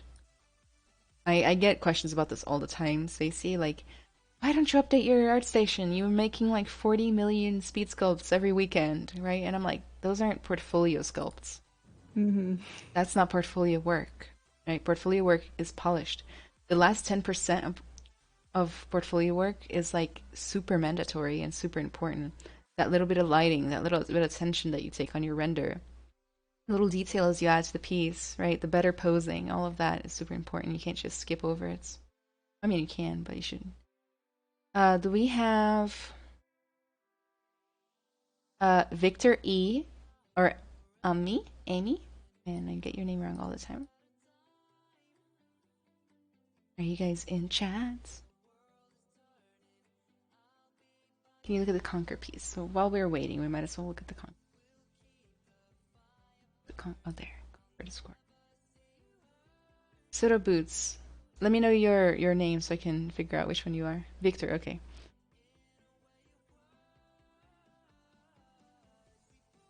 I like the fancy shader work, but first it's really unrefined. Like you still have like the line from like the shadow catcher. The nose, look at the nose, right? It's like really faceted and disorganized. The bake got some issues along the color. I think it could be refined, honestly. I think it's got promise. What do you think, Spacey? I think, yeah, again, the lighting and the materials is being distracting to the model. I sworn there was a marmoset file in here somewhere. Oh, it was just a YouTube. Yeah, I would agree. Okay, so next, Victor. Just a little picture. Easy peasy. Would you like to start, Space? Okay, so as a not character artist, I don't have a lot to say about anatomy because I don't know it. But overall, this sculpt feels pretty wobbly. There's not like any crispy, clean lines around the nose or mouth. So, it of course doesn't feel done. I think the matte cap on it and the lighting is actually pretty decent for as what we've seen tonight to show off the model itself. Yeah, the lighting is good. I would maybe soften the shadows Yeah. a little, just like the transition between shadow and non-shadow. Okay, so for me, the matte cap or the material is just a little too waxy, right? There's a really fine line between like subsurface scattering goodness and waxiness. I don't mind overly waxy stuff, honestly, because it just feels like a wax sculpt. Like, Okay, so I'll okay, leave it up to you the can creator if you want it to realistic feel like a wax decision, sculpt. but you do want to make sure that it's a decision and not an accident. Yeah, intentional, right? So, okay, so obvious first problem, you kind of don't have eyelids. Creating eyelids can be a little bit of a problem, but you also need to like create the whole underlying structure to even house the eyeball and the eyelids and the eye socket in general. You're just missing all of that. So I would just revisit the whole area and get the cheekbone kind of curving upwards right into the like where I would expect. I didn't expect it to curve in that fast, into like the orbit area. Need more definition for the little mouth, but I know it's a work in progress. More definition to separate the nose from the rest of the skin would definitely help with the waxy feel just a little bit. For the final, you're not going to want the ear to have this hard transition to the head. You're actually going to want to have the ear hole in the ear, if that makes sense, and then like ear anatomy all around. Even though it's kind of like an elven ear, you still want all of the different layers of what makes an ear, so to speak. Silhouettes of the head is kind of formless, and by this I mean like the 3/4 silhouettes right here. Right, we don't really get anything standing out. It just feels kind of uncontrolled, like Spacey said, wobbly. I wish we had more images. Watch out for the eye material. Let me zoom in. Watch out for the eye material. You want the center of the pupil to be pitch black, pure, unadulterated black. Unless they have some sort of eye, I guess like effect or disease or something like that. Okay, pure black. That will also help bring it out. I think it's just reflecting the nose. I don't know, though, not a bad start. I definitely keep going on this one. Did they say anything? I see us, Murphy. How you doing? Okay, Victor's on site. Budo boots makes sense. Okay. Since it's just one image, I think we can move on to Emmy. Specifically sent. Okay, just in general, the whole portfolio. All right. Stacey, I think you're gonna really shine on this one. This person is my mentee, and I've critiqued the portfolio, but she's just updating it now. So I'll let you take the wheel. All right, so first thing I notice is that there's only one image for this first model, and I want to see more because the first image looks pretty good. The lighting could be improved because some of the details get lost in there, but overall, I just want to see more. I wish that I could see it because I'm sure that the inside is good, but I can't tell. I would agree. Plus, you know me, I'm always trying to zoom in on stuff. And if you just gave me like zoomed close-ups, I would appreciate that. When we give renders to our clients, they're like 3,000 pixels wide. They're big. They want to put it up on a projector and see it, literally. And personally, I have to wear glasses, but I don't. So if you make me put on my glasses, I'll be upset. Okay, then we have steampunk locomotive.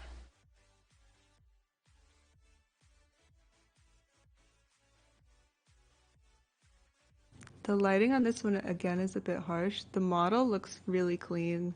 The proportions look nice. The geometry looks nice. But the lighting is harsh, and the long shadow it's casting on the ground is kind of distracting away from the work.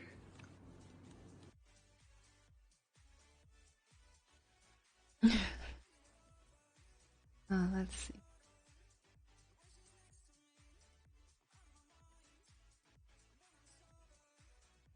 How do I go about presenting a design to be critiqued? Oh, just read the screen. Thank you.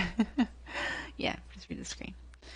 Okay, so same thing I said last time. It's still grainy, right? I personally hate, I have like a pet peeve against grainy offline renders. Is it offline renders? Non-real-time renders. If I had to like really nitpick something, it would be that you always want to make your curves, their silhouette needs to be really nice and curvy. Don't let them be faceted. So right here on the ceiling, for example, we got like not just facets, but also very uneven facets. We got a short one here, and then long, long, short, There's also a long. faceted axle deep in there between the wheels, and you think I wouldn't see it, but I saw it. This guy. Yeah. I also think your model could be improved if you think about beveling your edges, because if you have just a flat 90-degree turn on your hard surface models, there's no corner for the light to catch, and it can really cheapen the look of it. So I don't know if this is meant to be a low poly or a high poly or a mid poly, but if it's just something for presentation, you want to make it look as nice as possible. Try beveling the edges, chamfering the edges, give something for that light to Right catch here. it. This back part right here is, I guess, the biggest offender. Right there. Yeah, This and thing. sometimes you need to exaggerate those more than you think that you should, or more than you think it would be like realistically. But it's in a game, it's on the computer, it's small. And the smaller it is, the fatter the bevel needs to be for the light to be able to hit it and actually catch that one single pixel of light just to give it more life. That makes total sense. We have a poster at school that says, "If you love it, bevel it." Absolutely. I would agree. I would totally agree. Next one.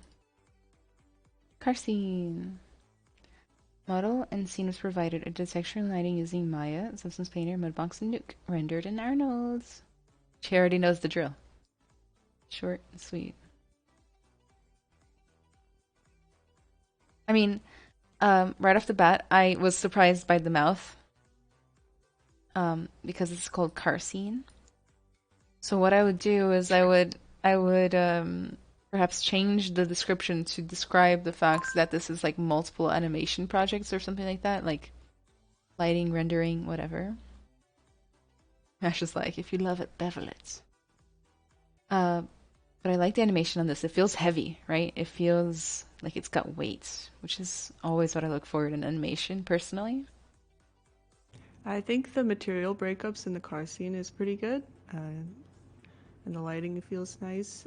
I feel like if you're doing the texture, even for something stylized like this, like even in Fortnite, we're adding grime, we're adding dirt in the crevices, we're adding wear on the metal, even if it's a sort of chunkier, stylized wear, just something to make it feel like this has been in a world, it's worn down, something is touching it, hitting it, it's grounded in that world.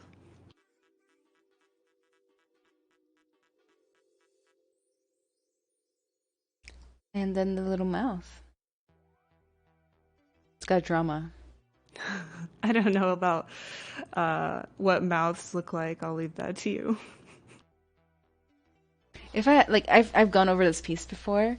If I had to nitpick one thing, is that I wish I could pause it. If only there was a pause button.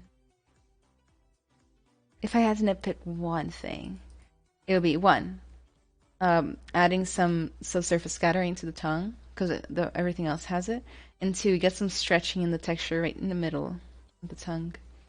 And normally nobody would care, but since we're getting like a nice close up of it, it's right when the scene begins, that's where I would nitpick. But um, I wouldn't go changing that now. Like since this is my mentee, so I'm like I want you to prioritize the things we prioritize together. Then we got likeness study. All right, let's speed through the last three. We got a likeness study. Little Frogger. I like this toad a lot. It does suffer from the same lighting problem. That shadow is really harsh, but I like the materials on it. I love his bumps. Love the frog. I noticed that he doesn't have a mouth. Oh, who needs it? And then Bat Creature.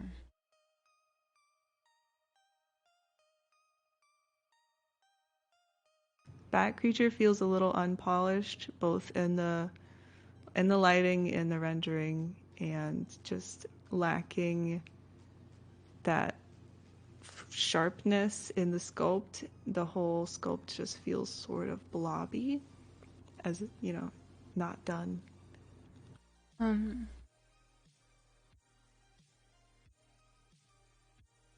thing I think he's missing is his accessories. Definitely. His little accessories really matter. I've critiqued this one before, so I don't want to critique it too much again. Definitely look over the description. And I think this is one of your strongest pieces. And I've critiqued it before.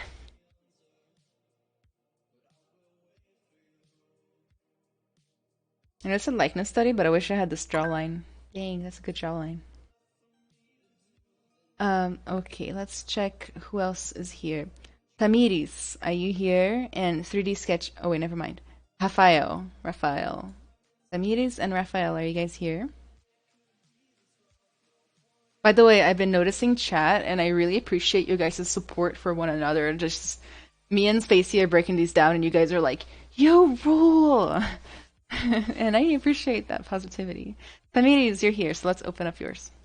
I would love to see more of this in the Discord, because the more that you guys give comments on each other's work, the more you're going to get comments on your own work when you post in the Discord. Oh, yeah.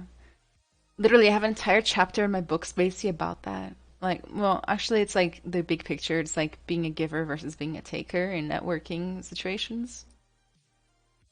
Definitely. And she's from Brazil, just like me. By the way, Javiscow, Velvet Cats, yes, Murphy. Thank you so much for the follows. I appreciate them. Okay, let's start with the latest one. Quick study. Me. Hi, y'all. This is very cute. Quick study. I tried to do it myself, and the first time using Eevee. I loved it. I started this year at ArtStation, and I look forward to seeing how I'll be in a year from now. I have a lot to learn, and I can't wait. Happy New Year to everyone. May 2022 be better.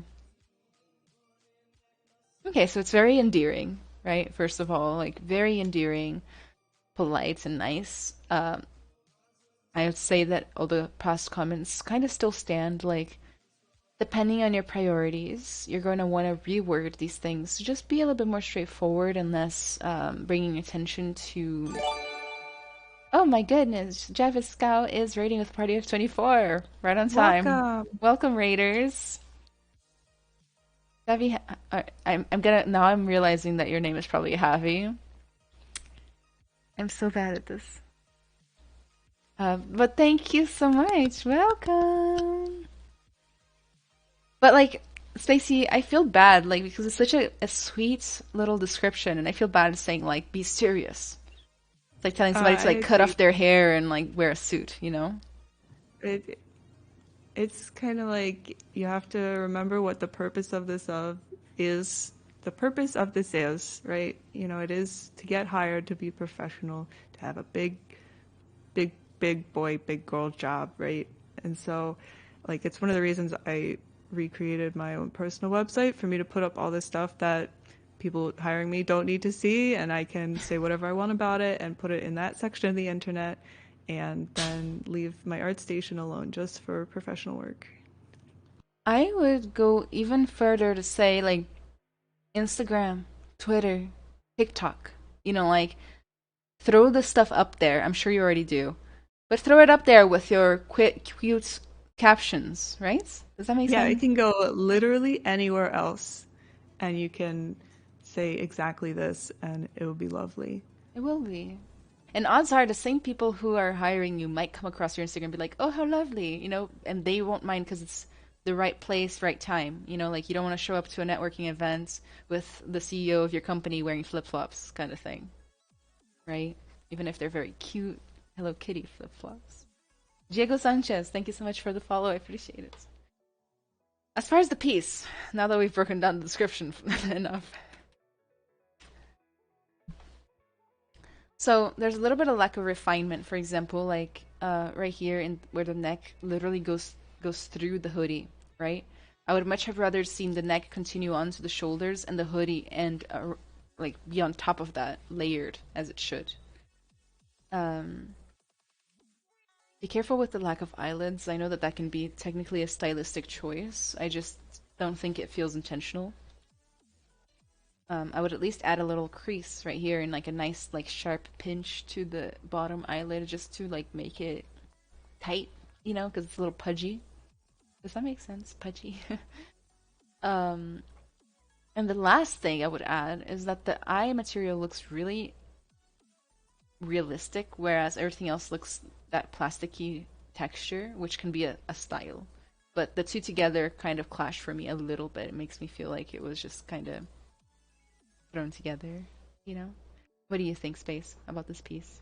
Yeah, I think overall quite cute. And the thing that stands out to me the most is just, like you said, being aware of the transitions between objects, where the neck goes in the hoodie, where the strings go in the hoodie, where the hair is touching the face, and where the eyes are being sunken in, and where the eyebrows are touched on there.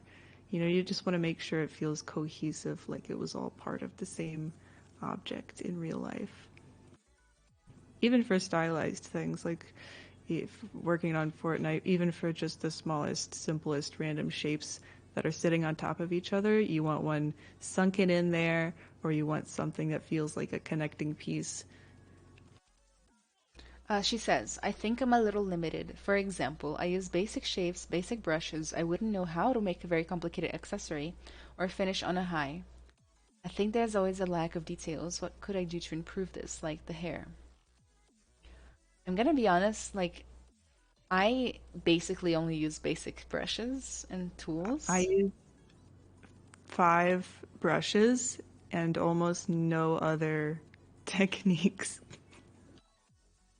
Yeah. So it doesn't need to be complicated. And I see this with my mentees and students all the time. I don't know if this is the case with you, but some people get really frozen by the aspect of finding the best way to do something to the degree that they just don't do the thing at all, right? I hear this all the time with hair, like game ready hair. They're like, I don't know which way to do it, so I'm just gonna make a bald character. But in reality, if you just choose one way, watch one tutorial, it doesn't have to be the best way. Just get it done, do it the one way. Next time you can do a different way. What matters at the end is the portfolio shot, right? It's not necessarily the process that took to get there. And this means a lot coming from me, a technical artist, somebody who like is obsessed with process, right? Bald is beautiful is being thrown in chat all the time because I keep like talking crap about bald characters. Um, but anyway, um, so just go figure it out. You probably need to be more clever with your blockouts, right? You can block out the hair with multiple meshes instead of just one, and then dynamesh it all together at the end, or just leave it layered to make it clean. Things like that. You can do it. Can we move to the next piece because I love it and I think it's great. It is great. A pretty fishy Like looking cleric. the hair on this one and the way that the neck sticks in and the way that the eyes and the eyebrows are on there. This is like everything that we wanted from the last piece as far as how these things are laying on top of each other. All of a And sudden, the, I'm and the confused. colors are great and the lighting is nice and the material is nice. Yeah, I'm confused now because she said she couldn't do it. Why did I go on Hey, that you just whole did it right rant? here. Yeah, you already did Just it. do this again. Seems like you might be sabotaging yourself in your head. I like this one. Like even the transition of cheek to eye works because it's very flat and it looks like painted on as if it was a print or a toy, and that works. You know. Let's see. She said, "Yeah, everybody likes it."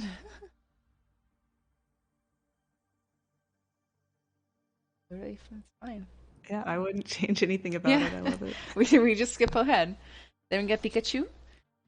Hello everyone. Attempted a quick study and I liked it, and I really want to make a cute Pikachu. Pikachu.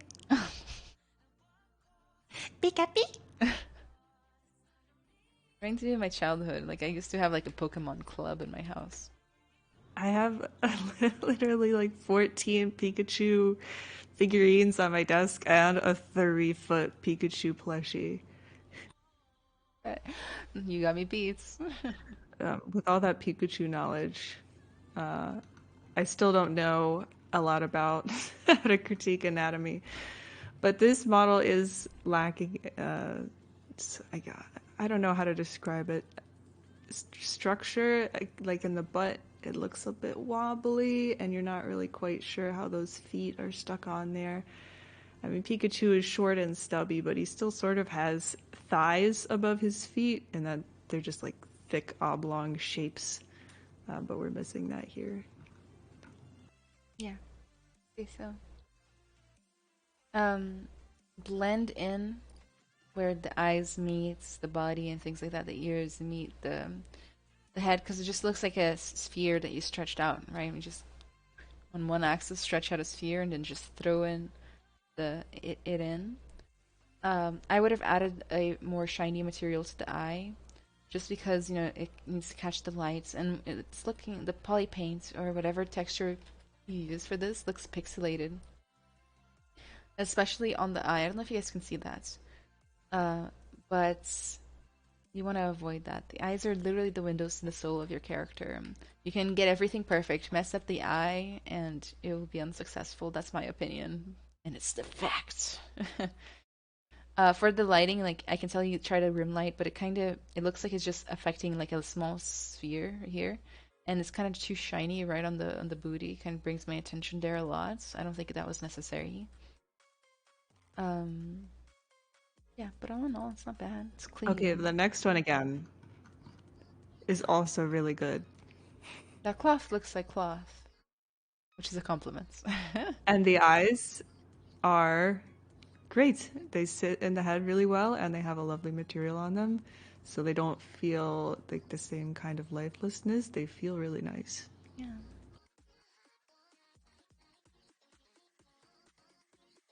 I'd perhaps add a little more attention to the food inside of the cup here, just because everything else is like pushed to the detail, and then this is just kind of a mass of green. It's not bad. Once again, like I'm always surprised. It's like I get to a weaker piece, I'm like, oh, this is as good as you can do, and then I get to the next one, I'm like, I'm surprised, right? Yeah, so this is going to confuse hiring managers. They want to see your second piece and your fourth piece. And I'm not sure if even leaving your first and third in as they are is a good idea, because they're going to think, well, if I hire this person, maybe only every other thing they turn in is going to be usable. So you want to make sure that you're giving them your best. I would agree. This guy here should be, or lady, should be your like background photo. It should be the first thing they see in your portfolio and all this other stuff. Okay. JZG123. Thank you so much for the follow. I appreciate it. Let's see who else is here. Raphael, are you here? I don't know if they had already said they were here or not.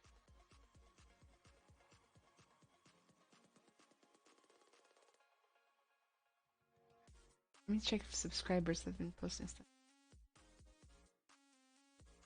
Raphael is here. Okay, Ami was the only subscriber. Okay. Okay, we got 5 pieces. Currently work as an art director at Airbridge language course and 3D artist as a freelancer. My professional goal is to establish myself as a character modeler and designer. So first we got Forest Woman, Old Shack, inspired by D&D games and fantasy stories. With that, I started this project with the intention of studying some important points of that pipeline for a game design project in some asset detail. Would you like to start?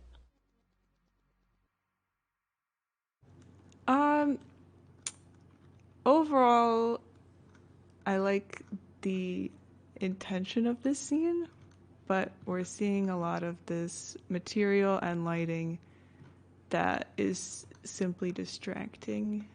None of the materials on the characters specifically feel like they are real. Like her hair looks like a fake wig and her skin is a bit waxy. But then the materials on like the books and glass are a lot closer, or at least they're allowed to be off more because we as humans are evolutionarily trained to see people when they're off more than objects. Yeah, that is the uncanny valley coming into play. Yeah. So yeah, look at the scrolls. They look nice. Pretty good material work. I know you probably learned a lot on this piece. I love Yeah, that look at the hair. reflective gold foil on the books. But then you want to make sure that you spend the most time on this character and her materials and textures because that's going to be what people are focused on and that's what they're going to notice is off first. Rendered in Maya. So, one comment for the beginning, right? Let's look at this piece, this shots, right? I like to do what we call the squint test when I'm looking at a piece, which is I squint at it aggressively, and I figure out where the exact focal point is, if that makes sense. Like the focal point needs to be the most important aspect of the work, right? And not just that, as you become better at creating compositions, you need to be able to guide the eye from the tree to the person to their legs, up to the sky, whatever, right? When I squint my eyes go to the background, right here, because it's got a ton of contrast of light and dark. Then maybe on her, but then third, definitely this gigantic tree, right? So when Spacey said that it was really distracting, she hit the nail on the head, right? There's just a lot going on. The lighting is hitting in an almost uncontrolled way. The background is distracting. The leaves falling are almost emissive. They shine with lights, right? They're coming out of them. So you definitely want to bring the attention back to the center and then let the rest, fall back a little.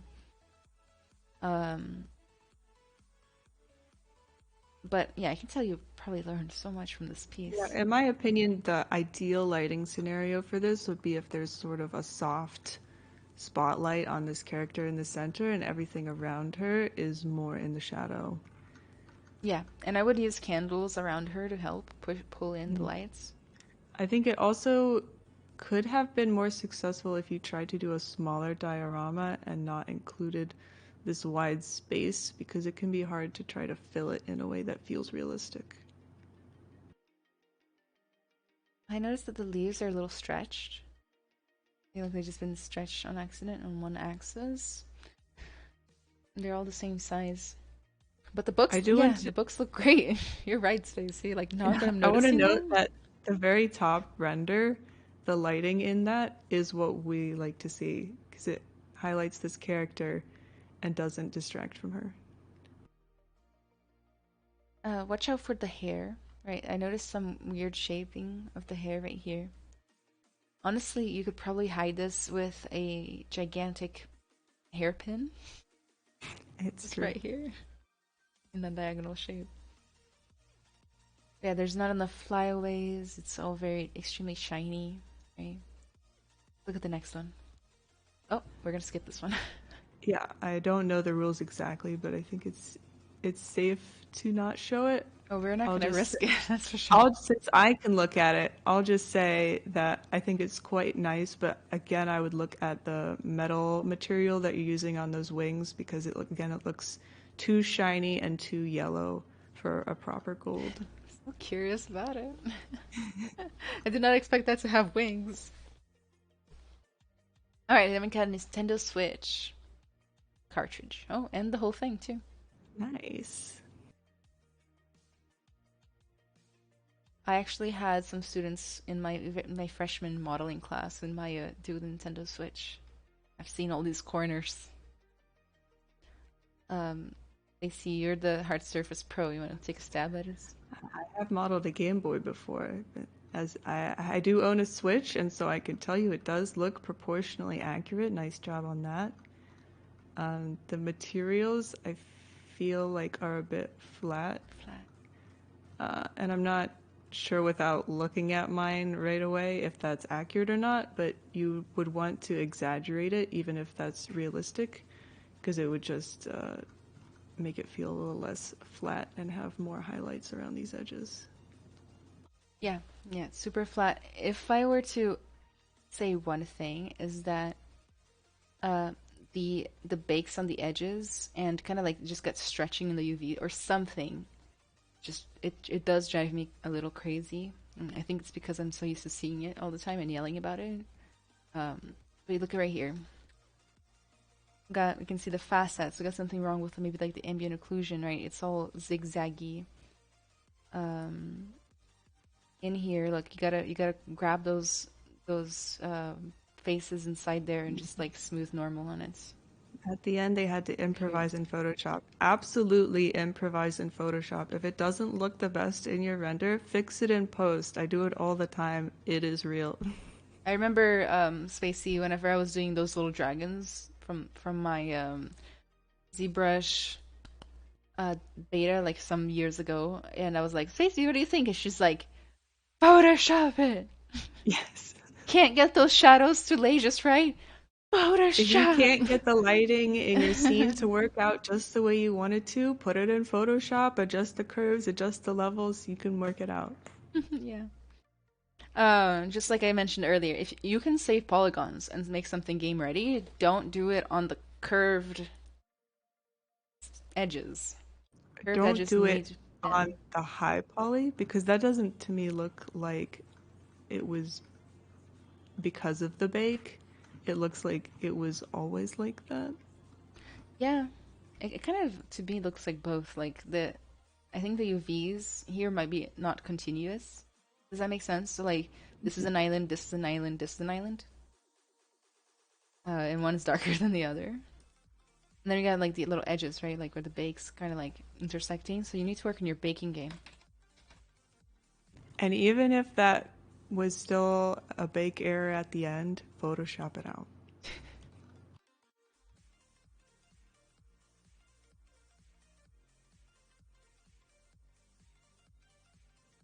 Initially, the idea was to practice creating scenarios and common objects. However, as the production of the scenery was feeding and expanding to the area beyond the kitchen, alarm went off. I decided to put elements that are beyond the concept of the kitchen itself, so I set the table for the next RPG game, an opportunity to tell a story within the project. I like that it has a story. Overall, the proportions in this seem pretty good, and I'm liking all the looks of these hard surface models. Again, the lighting is pretty flat. I would say that the lighting suffers from the same effect as the first piece. Like, I don't know what I'm supposed to be looking at. I like the D&D dice. Watch out for scale, though. They look really huge compared to the book. I'm a VR developer, and like, it's another thing that I yell at about every day is scale. Oh, do you want to look at the next piece, which I absolutely can't comment on because I don't know anatomy? Sure. Just that, well, we're fast. So you got UV stretching, like, in multiple places, like, for example, inside of this pizza box. Watch out for UVs. I think the UVs are gonna be, like, if you can upgrade your UV skills and your baking skills, you're gonna, like, make a massive improvement. Some of the stuff looks a little scaled too big. Texture-wise. Okay, let's move on to the next one. Got a little face. Medical book. 3D models used for books for students studying medical school. Oh, that looks cool. Yeah, I don't know the intestine anatomy very well, so we're gonna skip that. I don't know anything about anatomy, but I really like the materials and lighting on it. So more of that, please. I very looks nice. But the face, doesn't look necessarily realistic. It looks Tim Burton-y. I don't know if that's the goal. I just, as a medical student, I'd be a little sad thinking about how this person just got half their head hacked because they look pretty sad about it. They're like, another day modeling with my head open. Exion 700, Minoa the Wise, Z Maker, Alpha Caballero. Caballero. Thank you so much for the follow.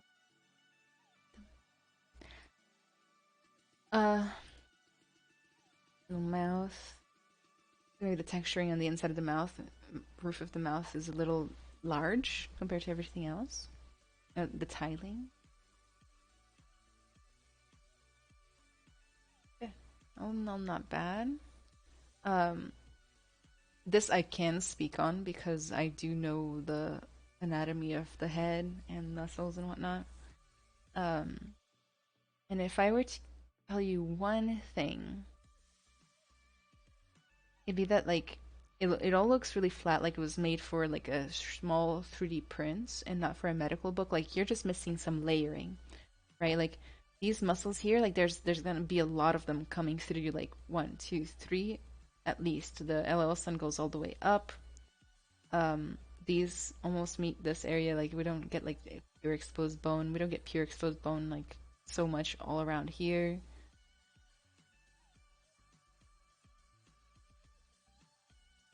The zygomatic, like it's not, it's all squished down, right? It's as if it shot a ray of lights that just squished everything down. Because like this, for example, right? It's supposed to have this muscle go up on top of it, but also it's supposed to have an arch called the zygomatic arch because it has space underneath it. You could like thread a needle underneath that bone, kind of come out through the eye socket.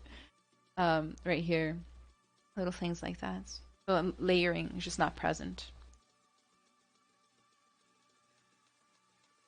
So what would you say is the parting words for this one?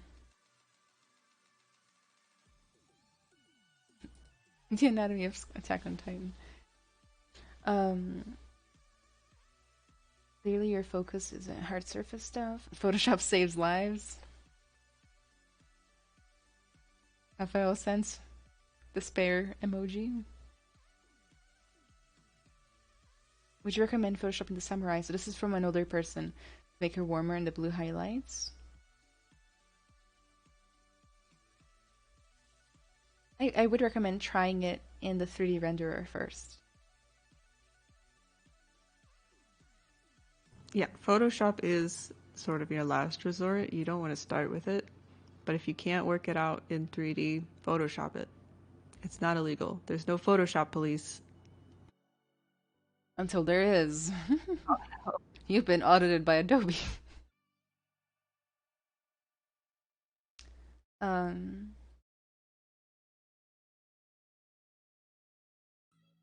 These are old. At the time I was starting, the time of intern, 2013. Well, we will say to you the same thing we've said before, which is like, people judge your portfolio as a whole. Whenever you apply for a job, they're not going to be like, oh, this one sucks. Oh, but let me see when it was done. Oh, 2013. Oh, it's old. No, they're just going to assume that all of this is your best work. If it's not, take it out. If it's still good, leave it in. Yeah. Pretty straightforward rule of thumb. And guys, I know it's painful to take stuff out of your portfolio, isn't it, Space? For me, it is.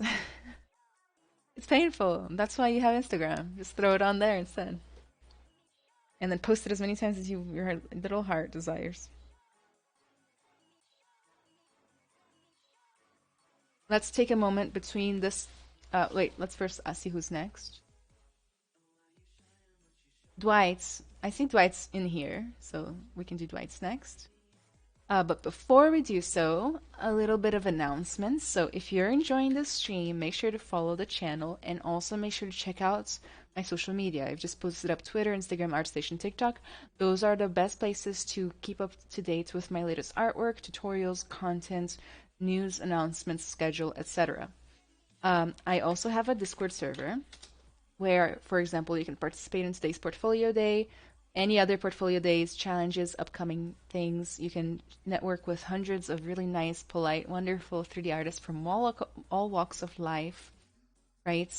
Um, and actually, I'm partnering with Wacom, and we will be doing giveaways soon. I don't have dates yet because I'm really slow at answering emails. Um, I really am. It's a problem. Um, but if you join the Discord, you'll know exactly when it is, and I plan on giving away a lot of Wacom hardware in this channel soon. So join the Discord and stay up to date. Okay, lastly, I have my mentorship and workshop. Let me put the links up there. Got that wrong. Try again. So, I teach a Zbrush 3D sculpting class every Wednesday at 5 p.m. Central Time. If you'd like to join, please check the Gumroad link that I just put up. Right, it's a classroom environment where every Wednesday I do another demo and we will create a model from scratch, basically a portfolio piece. At the beginning of the month, we block it out. At the end of the month, we pose, render, and put the finishing details, and you have a portfolio piece, and it repeats every month. Not the same model, but we do that every month. I had one more thing before I got to Spacey, but Spacey, let's get to you then. I'm gonna do a shout out to Spacey 3D for the Twitch. So would you like to take over and do your thing? Hey, I am a professional 3D modeler. I work at an outsourcing studio on a bunch of games. So I stream sometimes, but not when I'm sick. And there's my art station as well. Give me a follow. Thanks. Do you want me to pull up your art station? I want to showcase just how much of a badass you are. Sure. I wish that I could post more, but it's all according to the legal teams of our clients. So, Spacey, FYI, like whenever whenever I'm teaching freshmen, I teach them about like the industry as a whole and like the kinds of jobs you can have, the kinds of places you can go work at, etc. And I teach them about like AAA versus indie versus serious games versus outsourcing studios. And every single time I bring up outsourcing studios, I bring up your art station. And I'm like, look how cool working in an outsourcing studio can be. Cool. Because And like I had never even heard of it until I got into the industry. I didn't realize that it was a thing, which seems kind of silly now. But it not only is it very cool, you get to work on multiple projects at a time, instead of getting stuck on the same game for 3 years or such and getting burned out. We also have a bit more stability as far as jobs go because you don't have to worry about your studio running out of the one single game that you're working on. If that's a flop and you're out of there, you always have new work coming in. yeah. Like I literally bring that up, right? I have this graph for job stability, and I even have like at the end I have like specializing versus being a generalist and all this other stuff for them to percolate on for the next 4 years until they graduate. Um, and literally like, isn't this cool? Like she works the same amount as everybody else theoretically, but she has done games for you've done Amnesia, right? And a ton of Fortnite, obviously. Call of Duty. Is it Torchlights? Oh my gosh. Torchlight. Not and my the Marvel car. Midnight Suns is coming out soon. Well, soon. It got pushed back. It's fine. So that's the super cool. I personally like it. So you can go check out Spacey, give her a follow. She streams and all that good stuff. You get into outsourcing team by it's just the same as any other company really. They're going to be posting their jobs in the same types of sites on ArtStation, on Indeed, anywhere else you're going to look. Cryptech Design, thank you so much for the follow. I appreciate it. That's guys, you guys might mind me giving me like a quick break. I need to go to the restroom real fast. Oh boy, I get to entertain the stream. I'm gonna get a refill as well while I'm there. So yeah, I'll leave Spacey on in charge, as usual, right? All right, Somebody I guys. trust. The frog is the best. Thank you so much. It's the only personal art I have on there. I remember that frog. Good old Oh frog. yeah, that was for one of Anna Carroll's challenges. I made him out of a sphere. How do you know it's outsourced? Well, you can probably tell by from their website. Like on my company's website, it just lists all of the games that they've ever worked on. And so if you also look on ArtStation at the games that you like, that you want to work on, you know, you might see people from various studios that have posted on it. Like there's also another outsourcing studio by Sparkles. There's another outsourcing studio that does a lot of characters for Fortnite because we don't do their characters. And so I think ArtStation is a good way to find out who is working on what game, and you can look them up and see what their studio has also worked on.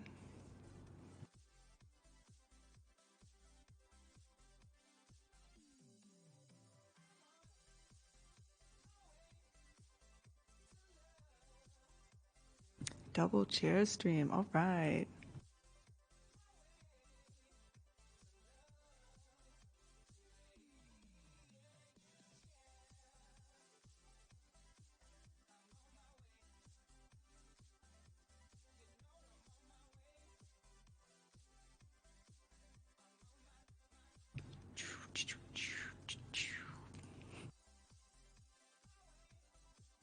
Is there a checklist I would suggest for things that a solid portfolio should consist of?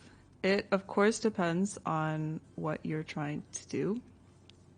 Is that a llama on the shield? It's an alpaca on the shield because Fortnite is llamas and Torchlight is alpacas. I don't know about a checklist. The checklist is basically what you think you want to get hired for. You want to show it. If so, I know a lot more about hard surface jobs, so I'm sort of a hard surface generalist. But there are some jobs that are like just weapons, and some that are just specifically weapons that are guns. And so, if you're trying to get hired as a weapon artist on Call of Duty, you're gonna want to show off guns. And you can have other stuff that's sort of tangentially relevant because, you know, having a car in your portfolio is also going to show that you can make guns because they can recognize that you got the proportions right and you know how to make hard surface things look good. But you want to show them what they're paying you for. What did I miss? Just more advice. Mm. And 2 chair stream. Yeah, it's true. I just realized 2 share stream. My life now. Okay. So next is Dwight, correct? Yes. Dwight, you still here? Were you able to wait?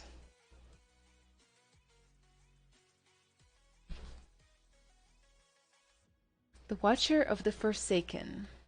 Created through the Learn Squared course. Helped add to my workflow of texturing and integrating into a new format of rendering. Thank you. So this one's using Substance Painter, ZBrush, and Blender.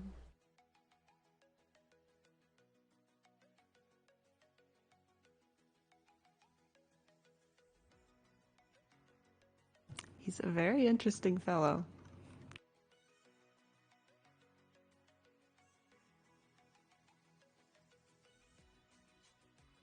He's feeling very symmetrical. Mm-hmm. I have a suspicion that he is. So, love the little rim lights. I'm distracted by the floor. It's like the same ZBrush screen in reverse. Yeah. Very symmetrical. I would say that I really like the style. I like the design. I just think it could use a little bit more love and like micro breakups of the surface, right? Like it's all really big chunks. We're not getting nice layering. Like the closest we get is right in the center of the face, right? We need that all over in order to make this kind of style work, in my opinion. Then, if I kind of squint my eyes for a second, and feel free to squint your eyes too, the overall form, the primary form, the foundation of the piece, ignore all of these little squigglies and all of that. It just feels really lumpy. Look at the thigh right here. Like it's just so lumpy everywhere, right? So you're gonna want to kind of like pay more attention to the hierarchy of form, right? We got primary forms, which is like the big shapes. Secondary is more like if you want to break down the anatomy, like add muscles in this case. Like I guess the secondary would be like these bits, and like the subcategories of the big chunks. Big chunks being like all of this would be one, for example. Then tertiary would be like these little lines. So doing those in order, one by one, will change your life. Catman says, I feel like he should be posed. Oh, sorry, Space. Go ahead. I, I also would say don't confuse tertiary details with just making it noisy all over, because I feel like he could be improved with some areas of rest. And sort of like if you look at down near the bottom at just the turntable of him in gray, you can see that there's pretty much nowhere for your eyes to take a break until you sort of get to his thighs and then down to his calves.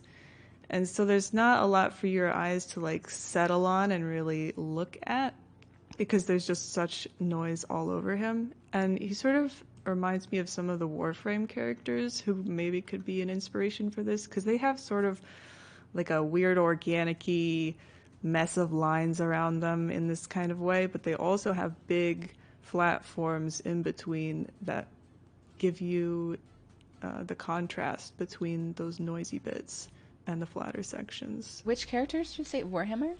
Warframe? Warframe. I also worked on Warframe, by the way. Oh. So fancy.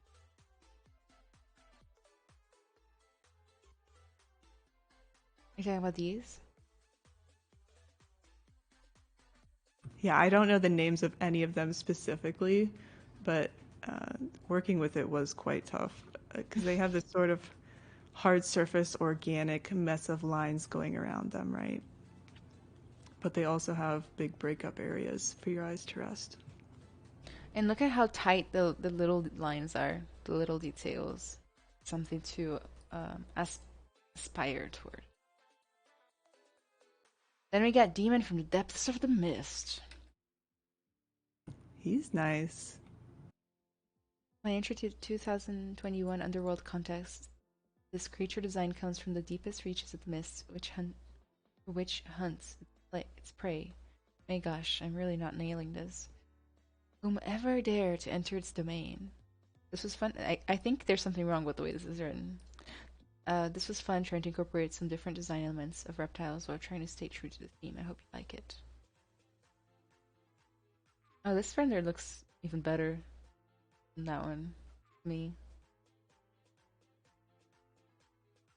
This happens to me sometimes too. Like just the other day, I spent like a good 15 to 30 minutes rendering something out in Zbrush, and then I was like, okay, I'm done. And then I put it next to the original unrendered version, and I'm like, the unrendered is better. I really like the colors in this, having those subtle hue changes. Eyes look great. Love a little blind eye like that. And this one has that tertiary detail that we were looking for in the first one. Around the eyes and where the teeth get sunken in. I love that. I had to choose one weak spot. It would be the ear. Look at the ear. It's just completely like undone. Unlike everything else, it's just not done at all. Maybe it's a vestigial ear. Doesn't feel like it is. Feels like it's just not finished. But I like the skin flow. I always look for a little skin flow. I do still like the first render. Like, for the little tiny highlight on his eye is really appealing to me. I wish that his teeth were wet. I want that shine on there. Yeah, agreed. Good catch. Then we got Exiled one. Just one render. Spacey, how do you feel about putting in how long it took you to make the thing on the ArtStation post? I don't like it, and I don't like when people ask me about it. One, because I don't really know, but also because you never know what the person reading it thinks about how long things should take, and you don't want to accidentally give them a time frame that they think is too long. Not to mention, like, work at home on your own timelines are different than working at the studio timelines, right? I mean, working at the studio timelines is inflated massively due to the fact that we have to send it out to clients and wait for their feedback. And then sometimes they change their mind on the whole entire design, and then you spend an extra 2 weeks reworking it. So in total, I would have no idea how long anything took. At the end, if you guys want a story time, ask me about the time I made the last game I ever made for the Air Force. So far. Sean, thank you so much for the follow. CMDR design as well. Something about the armor feels incomplete, Scatman. I agree. I think it's missing the same tertiary details. Like you can start to see some of them forming in the face, but then it just sort of fades out after that. And the armor plates feel a bit wibbly wobbly, like they're not quite done. Agreed. Same exact, yeah, exactly. And then we just got like some repetitive detailing on the whole thing. It's just kind of slapped on. The piece after that, though, we're back That's to nice. having some nice detail. Take out this, like, whatever this is, like the lines of the Zbrush screenshot and like the silhouette. Take that out. It's like blinding compared to everything else. Oh yeah. But anyway, sorry, distracted. I wish that you could do this in Photoshop. Just pump up the light values in this a little bit more because it's just a bit too dark overall, and it makes it harder to see the nice details you have. Very nice overall piece. Like, creature artists need to be able to do this little bits of detail, good flow of the skin and stuff, so I think it's a successful piece. I would actually showcase it a little bit better than you already have. Like, sure, this render is nice, although dark. Then we just got like two 3/4. Like, we have so many 3/4 views already, you know. I would showcase it perhaps in a few different ways. Is that anything?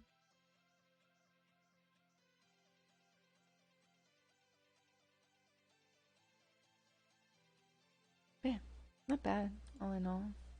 I feel like you have all the skills you need to exactly achieve what me and Spacey are saying. Does that make sense? Like, Yeah. as usual, we're seeing it in like one piece but not the other, but then the next one but then not the other. Very interesting phenomenon. Santiago, thank you so much for the follow. Appreciate it. Sparkles is doing a big stretch. Oh, now he's back. Good boy. Saying hi to Spacey. Alright, let's see who's next. I can find. Oh, I'm in the wrong Discord server, that's the problem. Phlogiston, are you here? And Eriko. Are either of you guys here?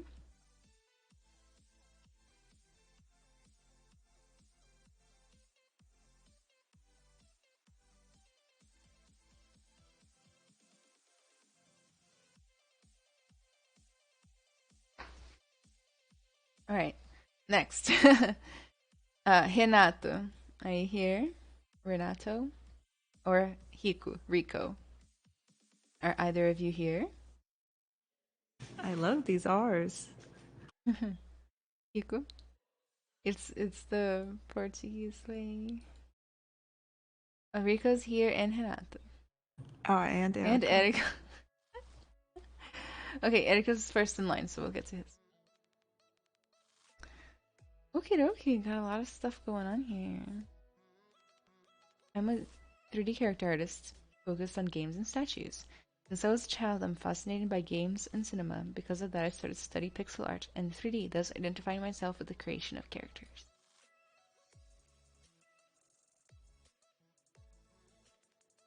Batwoman. Oh, and you get to see the Sketchfab version.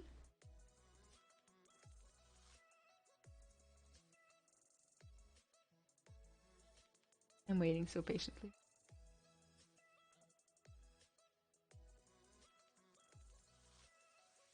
First thing I would say is that the modeling itself, I like it. Looks pretty solid. Except for the eyelashes. The eyelashes are a little strong for me.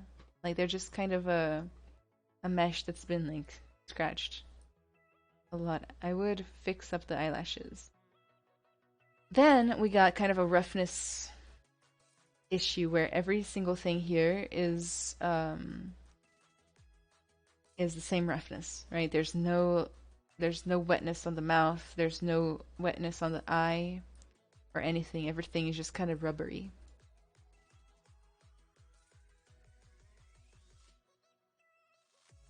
And add that, I don't know if you were watching, but what I said about eyes being concave on the iris and like double layered applies here too.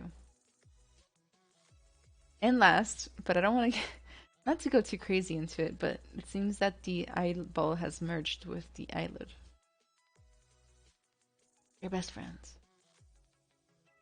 Do you have anything else to add, Space?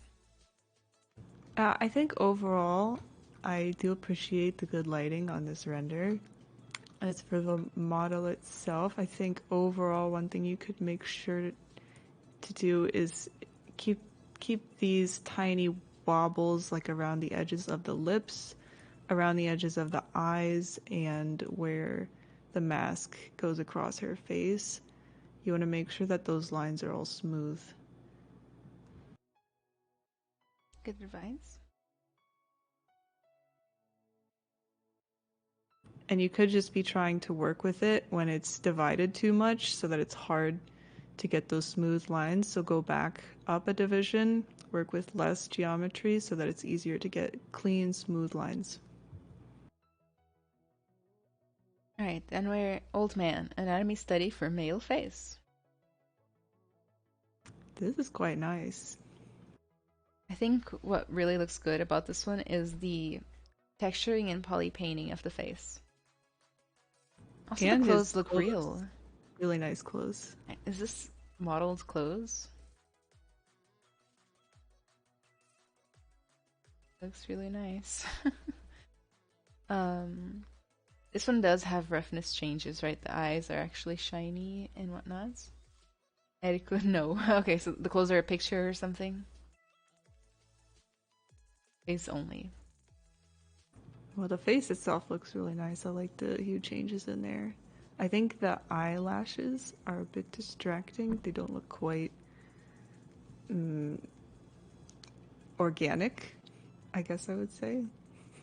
Yeah, I think they start too soon. There's too many of them right here. Like normally, the inner part of the eye has like smaller or at least lighter eyelashes than the rest.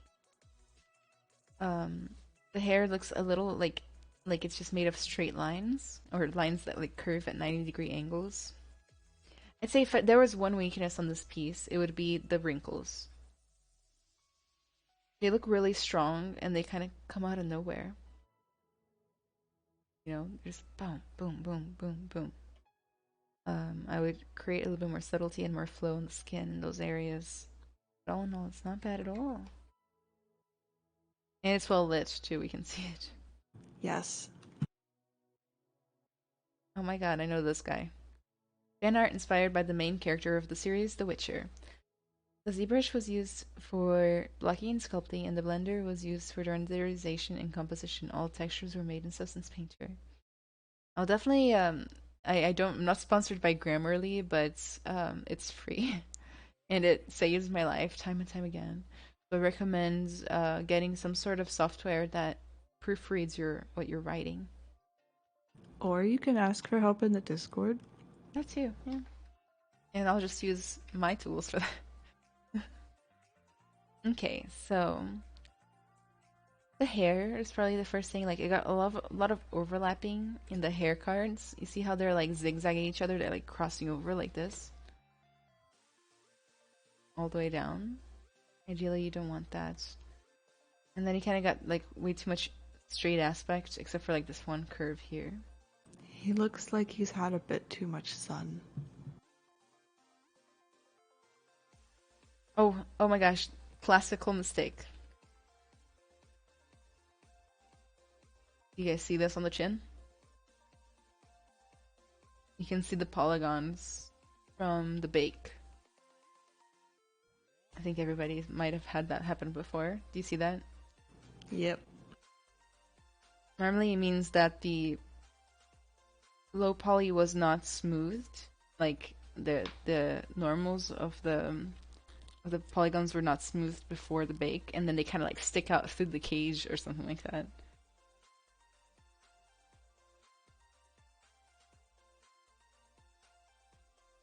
It also potentially could be in the texture if we're not really seeing it anywhere else. No, I think it is. I think it's like in texture bake. Either way, make sure you look into it. Yeah. Same things up here on the top lip and right here. Be really careful with that. And then we got a nice little carving a face tutorial. Nice. Vesemir from The Witcher as well. This fan art represents Vesemir, a monster hunter witcher from the series The Witcher, Legend of the Wolf on Netflix. Audion Creates, thank you so much for the follow. We appreciate it. Do you want to go through the rest of it a little faster? Oh yeah, sure. Sorry, Space. We got a lot of people. And I was about to think, I'm starting to get a little tired. We want an overview of this one. Okay, overview. I would say that the quality of the models is very consistent throughout all pieces, just on a first glance, except for this one that might be a little higher quality than the rest. I think the lighting quality drops off after the first couple, so maybe you want to do re-renders of your older work.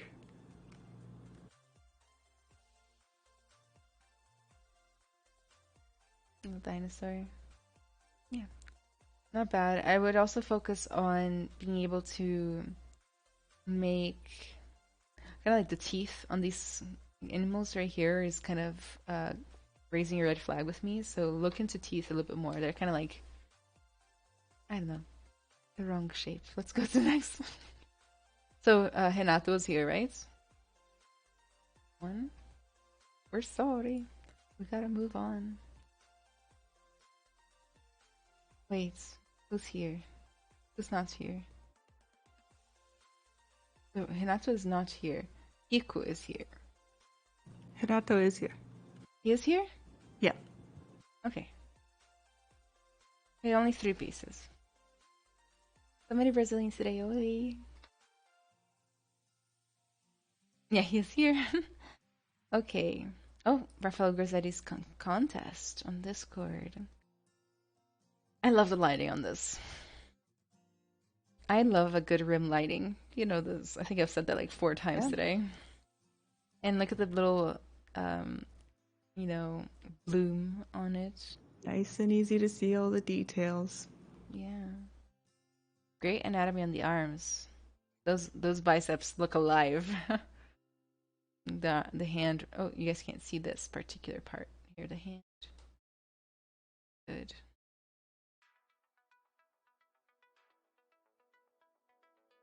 I kind of wish that the end of the chopped arm looked grosser.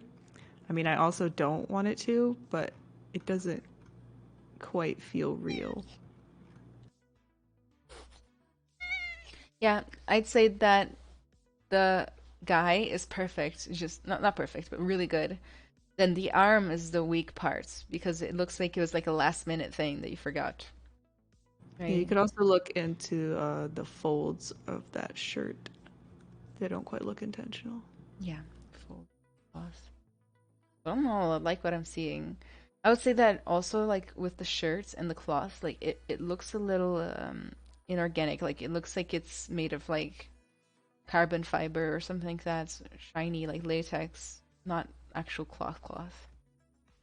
Yeah, the cat liked it. He's right here. Yeah, it works for the apron, I feel like, because it could be a treated leather, but the other one, it looks like it had the same material on it, but it should be a different one. The apron also like hugs the figure of the shirt a little too closely. See that? Right up here. Anyway, really good work though. Then we got Green Lantern. Right off the bat, great lighting, rendering, we can see everything. Look at the texturing on the shirt right here. Like you can see kind of where you smoothed it out. And you don't want that. You want your texture to look really clean. You can also see where the alphas are overlapping. You're going to want to look into probably like nano mesh and surface noise and using layers for fixing this stuff. Also, you probably could just use this as a separate object, like this part here, so that you don't have to like smooth it all together and like work triple as hard. Right, because if you can see it from up close. You can see that it's all just merged together, and that's why it was probably hard to make the transition.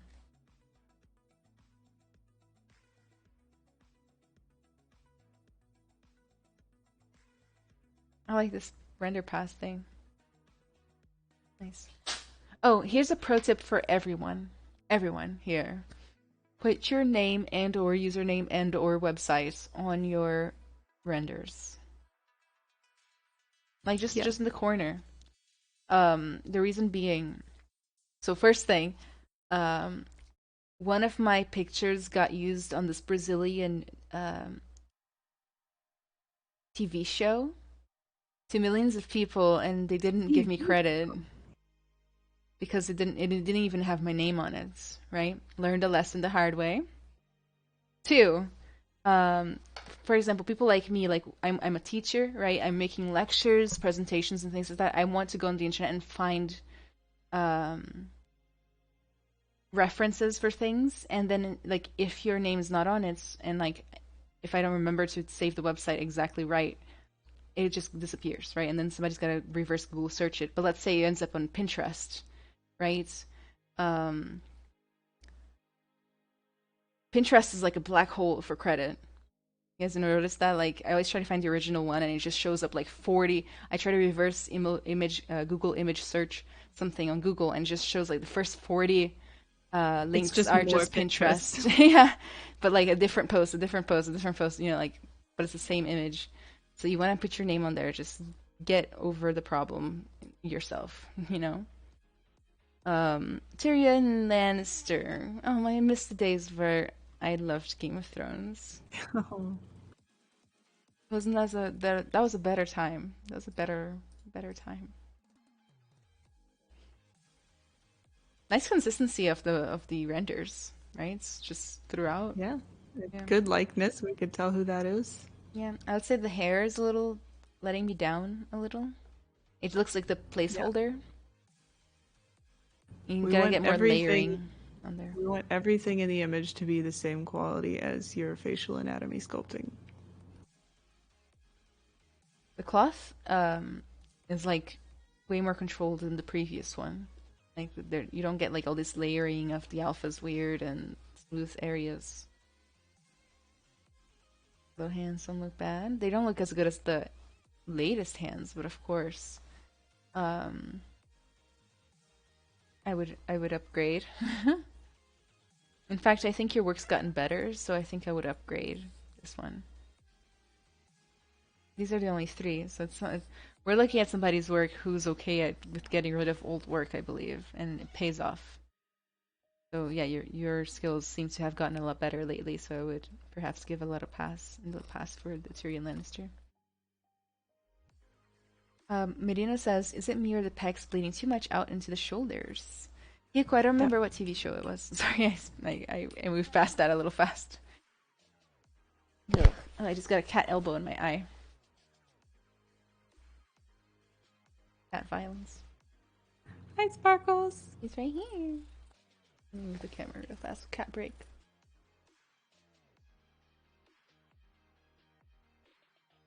Purring. Meow meow. That it would be the center of attention. Oh, there's a comment on the Green Lantern piece. Thank you. What image did they use? It was my Furbolg.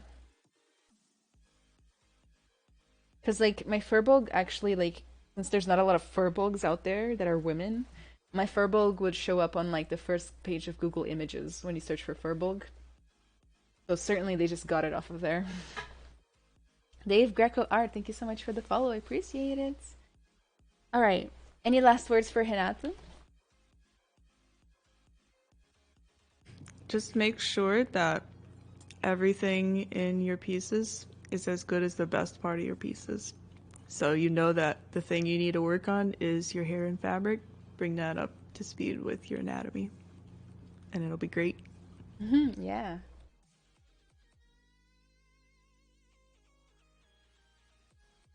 Okay, next one. Rico. Yeah, I fixed my R's to be the Spanish way now, as opposed to the Portuguese way. So let's see. Oh, but they're from Brazil, so Rico. Let's see. I've seen this before. This is from the Discord.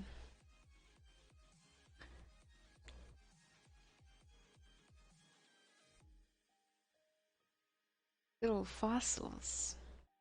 Hey, Dave Greco in chat. Yeah, I love the subjects from this person. And you know I'm going on a tiny paleo arts trip this year, and by trip I mean like journey, like a life journey. I decided that like one of my mini goals for 2022 is to do some paleo art for like a dinosaur documentary or something. Just a little bit, just a little.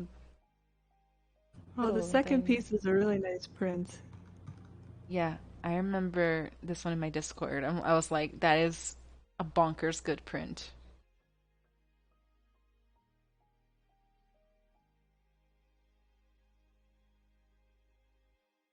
I wish the print image was first rather than the render because it looks so nice. Rico, you out of all people I've seen today need to put your freaking name on these pictures. Stat. This looks really good. I can't even critique it that much. Even the images look good.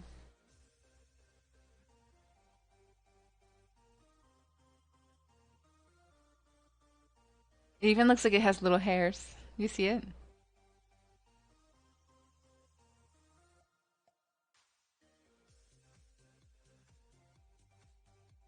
Do Brasil? Sim. Then we got Pictalic. Okay, Yeah, I for feel the like I can critique this one. Go ahead, Space. just for the renders, I mean, it feels like these are just screenshots taken from Zbrush, and you know, you've done a nice job on the sculpt here. Put a little love into him and take some nice lighted shots because it feels like a bit of an afterthought, especially the two at the bottom. Oh yeah. Oh, it even looks low resolution.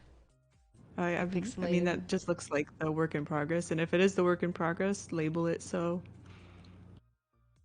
So for this one, I would say that it has similar issues that we mentioned earlier, which is like um, when you apply it to alpha again and again and you smooth it and you get these like weird areas that have no kind of like a break in the intensity of the texture. I don't know if I was able to verbalize that well, so let me point it out. Like here and here and here, a little bit here, here. So you got these dots of where it looks like you smoothed over the top of the alpha. You don't want to do that. Instead, try I you probably I want to recommend to you this tutorial I made. So I will. Which was this tutorial made for Pixelogic for texturing scales. And I actually go over how to do layers and morph targets to be able to avoid this exact issue. So I'm going to real fast Google it and I'm going to send it to you. Um, it was literally scales too, so it works. And that's the sound of the tutorial playing. I try to improve later. Oh, you put the hairs in your Photoshop. You tricked us. I love love that. that. That's what we want. Yeah. Then the next thing is that it feels like the eye is melted into the head, and I know this is supposed to be a 3D print, but I still think that it would have been better to keep the eye a separate subtool for as long as possible. Then at the end, dynamesh it in so that you get like a nice crisper edge right around the eyeball where it meets the skin, I suppose. And then lastly is that the whole face feels a little lumpy. If you ignore the texturing, squint your eyes a little, you'll see like lump, lump, lump, lump, lump, lump, lump, like everywhere, just kind of lumpy and bumpy. I think it could be more streamlined and feel more intentional. Then we got another bug. Ready to print. I love all the subject matter again. I don't know what you're getting hired for, but I'm in. Because nobody else is doing this. Yeah. There's this one guy that just got added to the Pixelogic stream team. Somebody here is definitely knows his name and could add it to chat. Who specifically does bugs, and it's like his thing, bug art. He's very good at it too. I'd say that whatever the bug is standing on is kind of a letdown compared to everything else that I've seen so far. It just looks a little sped through. In fact, this whole piece, perhaps this one is a little bit weaker than the rest, which makes sense. It came first. Now that you have better work, I would consider cleaning up some of the old stuff. Then we got Herculoids.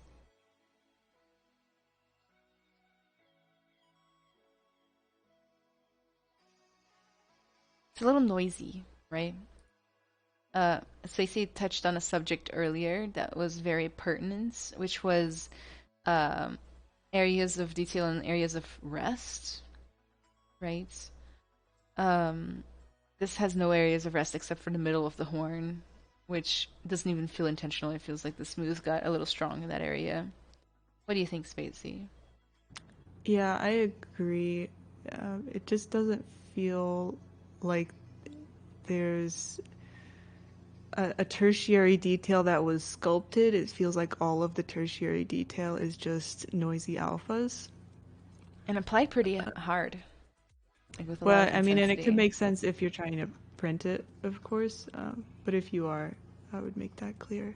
I think this one suffers a bit from having these pieces being duplicated because it's a bit obvious that they're all the same patterns on the plates and the legs. Mm-hmm. Yeah. Oh, yeah.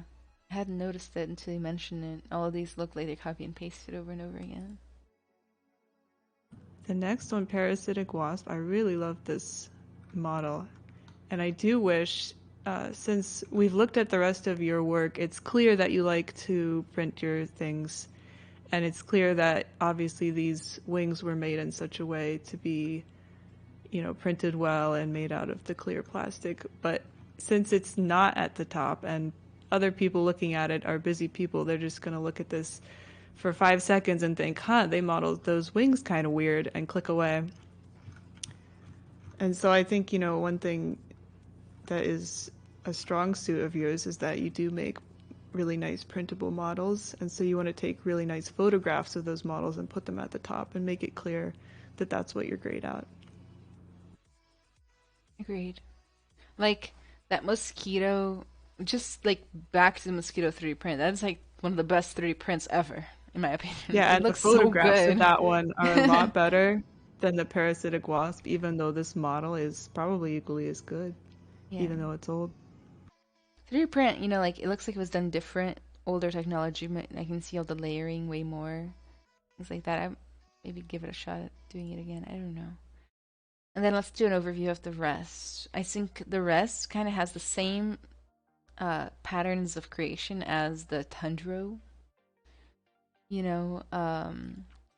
A little noisy, a little boxy, and maybe repetitive. But like seriously, like Spacey said it the best. But just to drive it home, put those prints on top. Put those prints in the thumbnail. Boom. That's it. And then maybe clean up the old stuff. Like make sure that you're like really proud of everything you're showcasing. Yeah, and if you had really nice photographs of your prints as the thumbnail, it would also help to break up this sort of monotonous gray blocks that we've got going on here. And then mosquito up here too, in the banner. Yes. Like seriously, like I would buy that from you if you sold it. Like it's so beautiful. Anyway, okay, I'm not fangirling over mosquito any longer. The worst bug of all. Did we already do Erico? Yeah, we did that. Clayton, and Persei, are you guys here? I think it's time to set a limit for how long we're gonna go space. I think maybe Clayto's here. Perfect. I never finish these, unfortunately. It's just so many. And we want to give everybody attention, and like do a proper review so that it's actually worth it. So maybe like 2 more? Just Clayto and P-Man? All right. All right. And then at the end we'll talk about what we do with the ones that I'll do with the ones that didn't get to go. All right, Clayton, let's begin. Clayton, what ate? Hello everyone, this is a quick project. I was studying in my spare time and making a male bust and decided to put something extra to make some renderings. The hair was made in Blender and the tattoos and metallic details made in the textures with the smart materials, tattoo generator and Cyberskin. I hope you like it. Thanks for looking. There, it's that cyberpunk guy.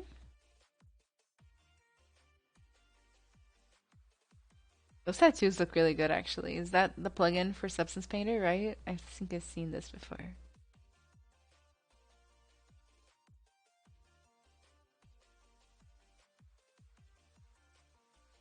Yeah, it's very easy to tell what the intention is, which is nice.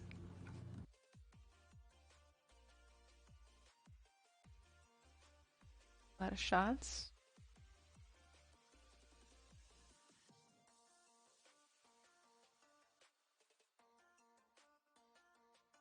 Sorry. Trying to think. The skin looks really good. It looks like a what do you call those? Like those pre-made maps that you apply, but like in a good way, you know?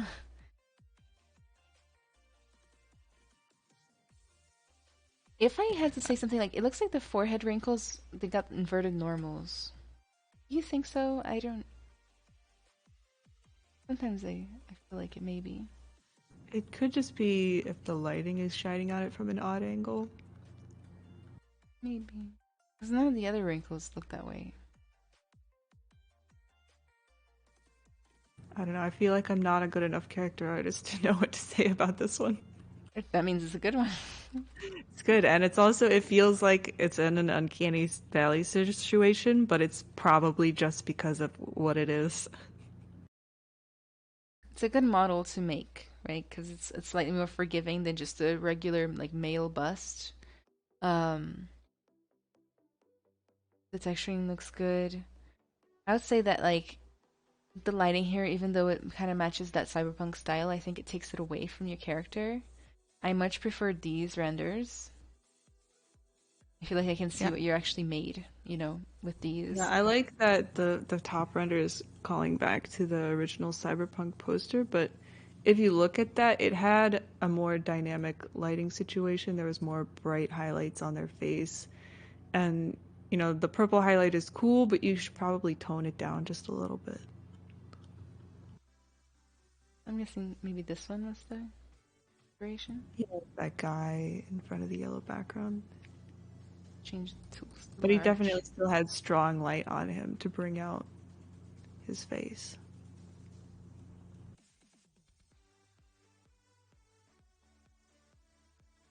I do think there's more bounce lighting of the yellow hitting him too, which makes him feel like he's in the room with that yellow background, if that makes sense.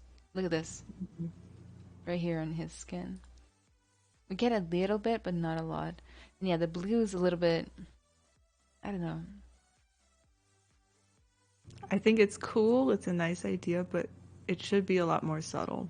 Yeah.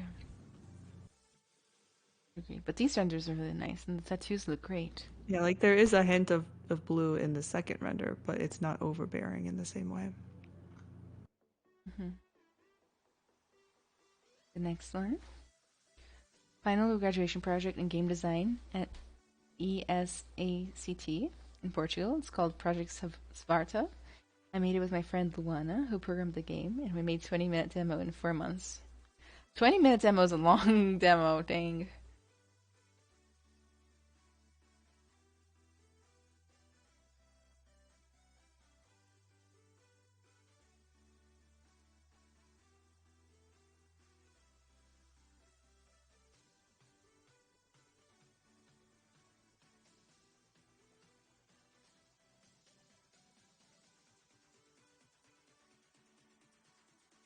And texturing.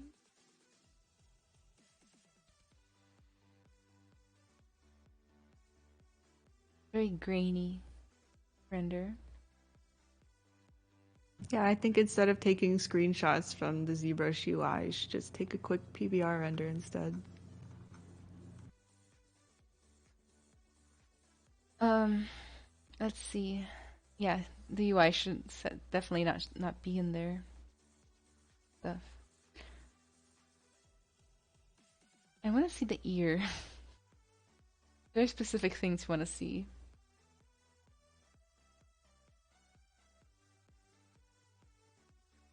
Because I have a suspicion that the ears just kind of welded down into the skull, which is something that I always look for because it's kind of a telltale sign of perhaps how do I put it? Like I don't know. I can't tell if it is welded down. If it is, you hit it well. It just looks like it is right here. You see? Because it's really hard to get that really neat separation of the ear. In fact, I should make a tutorial on that. Let me make a note. Little note. And normally the first few tries you do is it's gonna be like looking like it's welded down, like it doesn't have all of the anatomy in the back here. And so I always find that to be the mark of a beginner character artist. And I do think it might be the case here.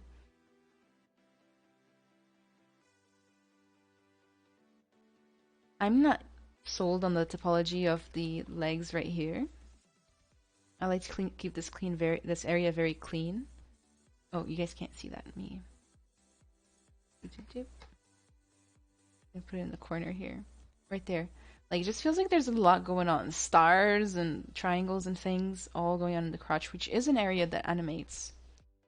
You know, so I would keep this cleaner myself. I really obsess over the organization of the wireframe in areas that are supposed to deform, joints, crotch, all this stuff. But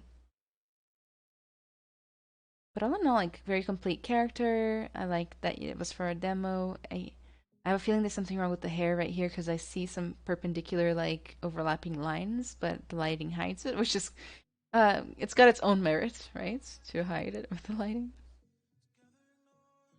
Yeah, all in all, it's a good thing to see that, like, a full character like this that is actually rigged, animated, and actually moves in a game too.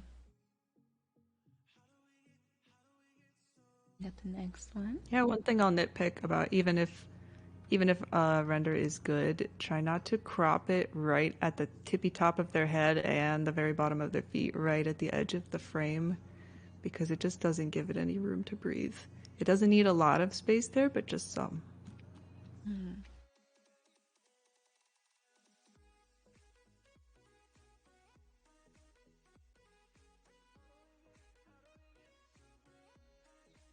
Watch out with the cleanliness of the sculpts right around the eye area.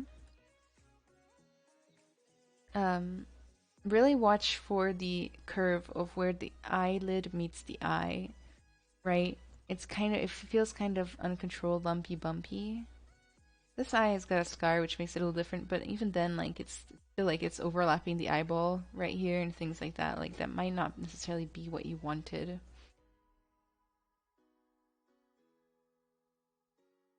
We do have 2 images with the artist's information on it, which is curious. I want to see that on all of them, of course. I don't know, like, Spacey, what do you think about keeping all images the same aspect ratio? I feel like it's a bit unnecessary. Like, what about, like, how up here, like, got, like, a long one, then less long, then long Like, it's again? nice to try to do it, but only if it makes sense with each individual image. I think if the images are similar, they should be the same aspect ratio. And then, like, you know, if you have something from Unreal versus like a in Zbrush screenshots, then I think those are okay to be different, personally. But then again, it's a very personal decision. It's the kind of thing that some people won't care about, but if they do, you might as well take care of it for them. I like to pretend that people are very picky, right? But that's just because I'm picky, probably. And just kind of like making So put yourself in Anna Carroll's shoes. What is she gonna notice? Would Anna rant about this for 40 minutes? Yes or no?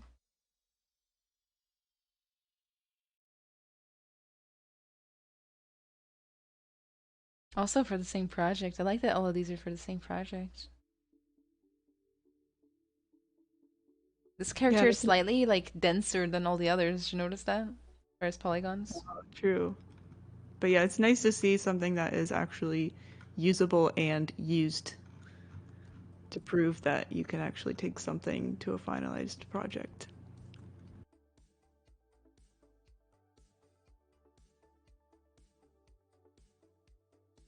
There he is, Nathan.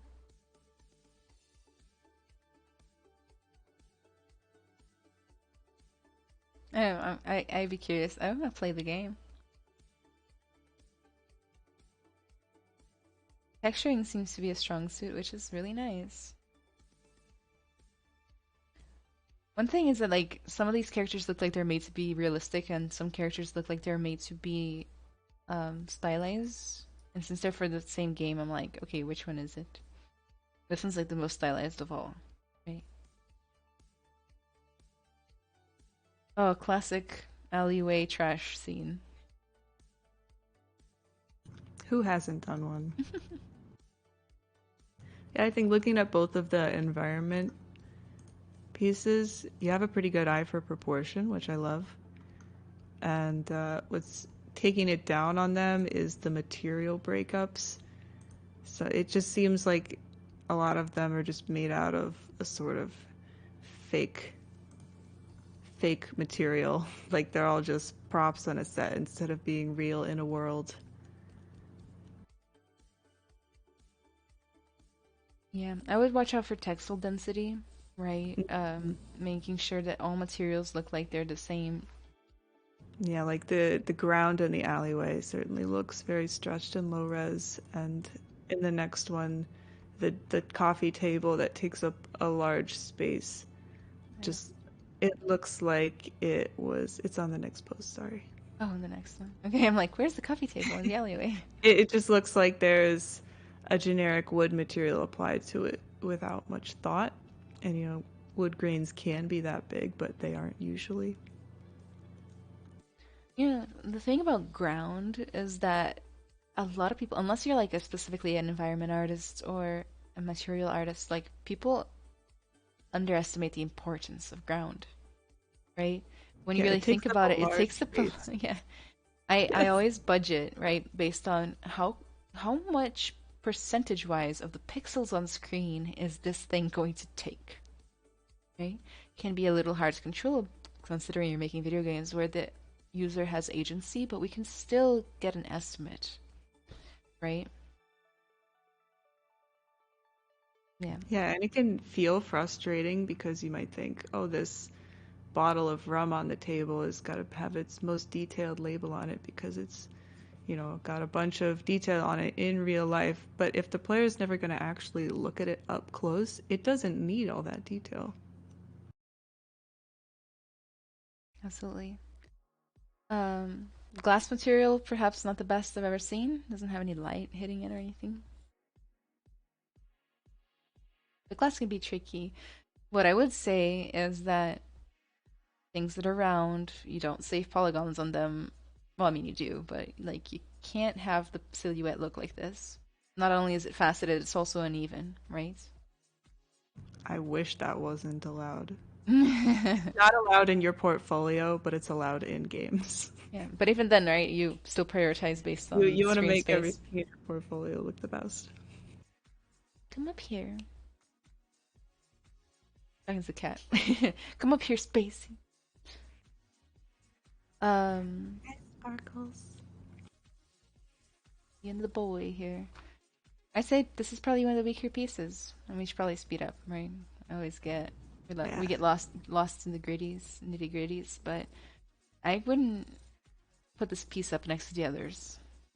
It looks roughly made, you know?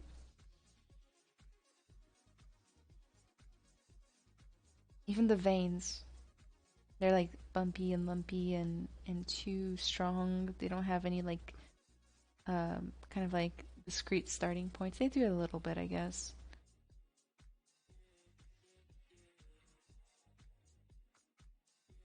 All right, the little peach fuzz. You guys see the Reddit warriors wanting to boycott the new Horizon Zero Dawn game because the lady had peach fuzz. Oh gosh. Did you see Her that? beard. Yeah, like I thought that was hilarious. Like, this man has never seen a woman up close. I just thought it was funny because like the developers are all like, "Damn, look at the next frontier of fidelity," and then some dude was like, "That's not a woman." I know what a woman looks like. Anyway, not the point.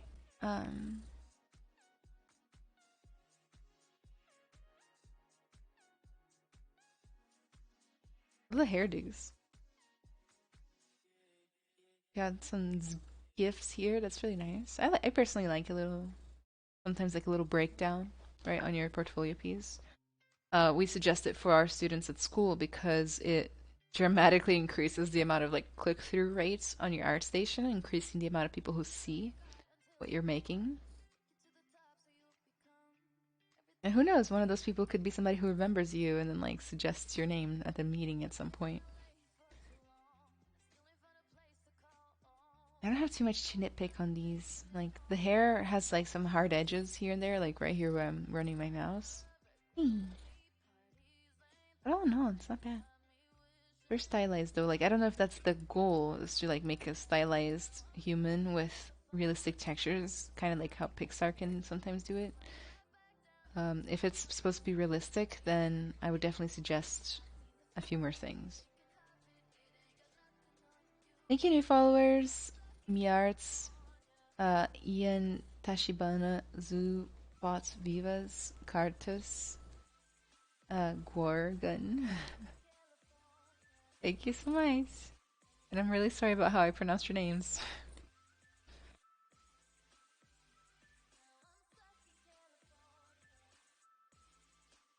I think the lighting on this one is skewing it too much towards the green for my tastes.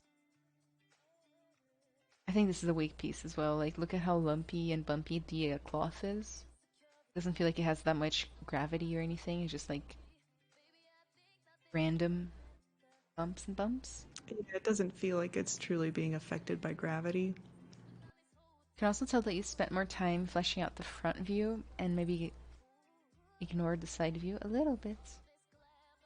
Basically, like, there's some strong pieces and then some weak ones. I would recommend doing a little audit and figuring out which one's which and then removing it, if I were you. Every game should have peach fuzz now. I think that a great step for games. Oop, I accidentally clicked on stuff. Now I can't see the comments anymore.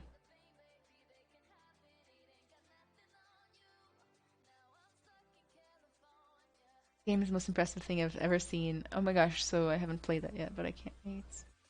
Bye, Ash. Thank you for stopping by. Hi, Ash. Okay, the last one is Piercy. How you doing? I'm doing good, Pramod. Thank you. P-Man. P-Man is the same person as Piercy, right? Are you still here?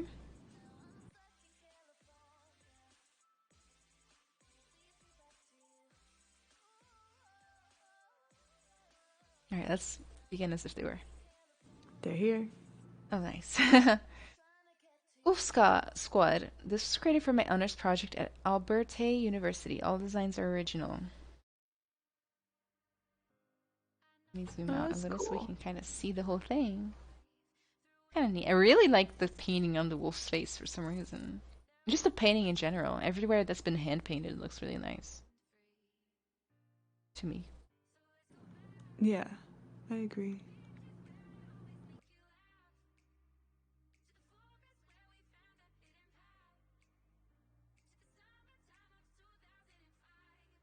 He's got like the wolf witcher, the wolfer, the witcher symbol on his shoulder. I think the wolf is not as strong as the man, just due to its lack of detail. Like, I think it's just missing some of that subtle hair sculpt that you sort of have fading into his neck, because he's very smooth over the rest of his body. I was gonna want him to say feel the exact hairy. same. Sorry, space. thought you were done. Oh, I'm done. But I would say the exact same thing, especially when I saw the little wolf, like the dog wolf, right? I just feel like it's missing some sculpting and baking on this fur. Like back here, it looks like the textures didn't load in. Have you guys ever started a game where the textures are like low res and blurry and it hasn't loaded in yet? Yeah, and we're not talking about, the same level of hair sculpt that you have around their neck, but, the more subtle, almost flat detail, but just sculpting in those hairy forms that give you the impression of hair without being overly lumpy. Hmm. Yeah.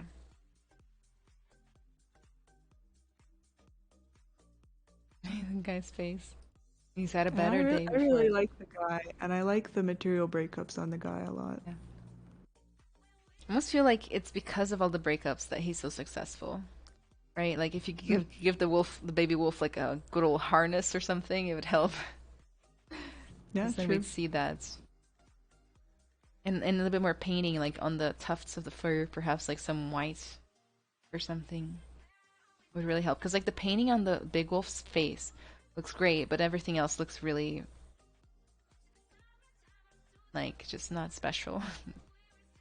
you know, not detailed in much in many ways. But I overall I like the concept and I think it's really interesting and it makes me intrigued, you know? I was like I really like the concept of like this like medieval lumberjack dude with a huge axe. Okay, he's definitely not a lumberjack, but you know what I mean. With like a little wolf and a big wolf. Are they gonna fight? Are they best friends? Is he the wolf? Who knows? I love a good murder mystery that involves werewolves, to be honest. Um, but then we have this one, not to get off track. 3D fan art of Alexis River's grenade launcher illustration. This was done for my third year university modules. Yeah, articles hopping around.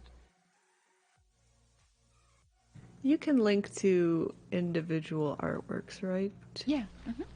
Okay, so I wish that this had been linked to that artwork instead of their profile because they have so much work I can't find it. So I can't reference that. But I love the style of this one, and the lighting is working out pretty well too. Yeah. It's very successful, and the wrinkles are nice and strong. I say the weakest part is probably the gun for me, because it just looks like a cylinder. Yeah, it's pretty simple.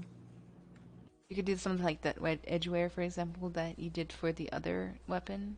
You'd be 10 out of 10. I think the back of the coat could use some love too, because I like the way that the bottom of the pants look, nice and Hmm. affected by gravity, and then the back of the coat just looks a little wobbly. I don't know though, like I'm not unhappy with this piece. Although one of the bullets does go through the bag handle or the bag strap at the back. Little oversight right here.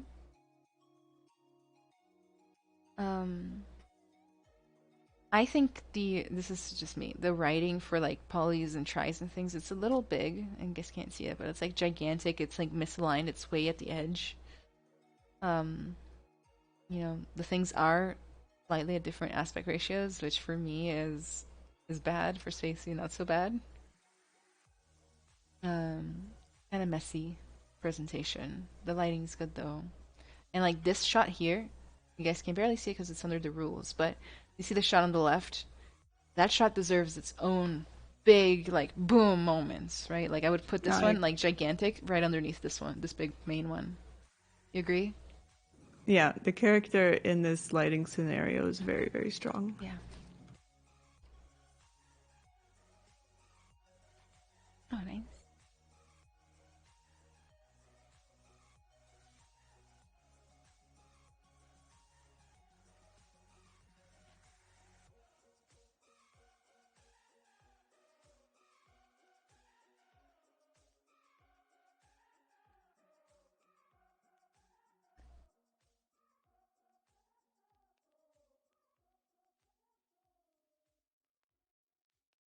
The wrinkles in the booty really caught my attention in the posed version.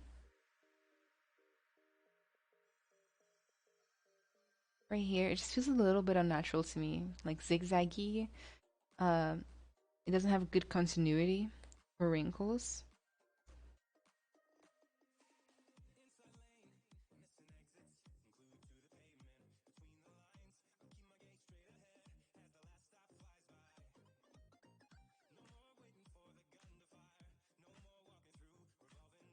There's like a little something that I'm not being able to put my finger on. I think the lighting is kind of like I want to see her face better, but it's kind of drowned out by two colorful bits of lights and no particular highlights.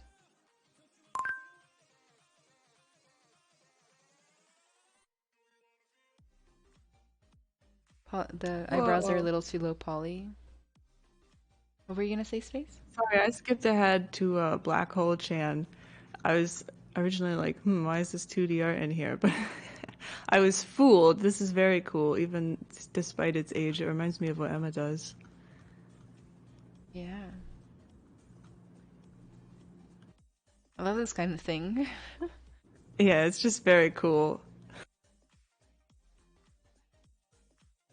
Just done like I know Emma uses like things like Premiere, Zbrush, filters, and things like that to make hers.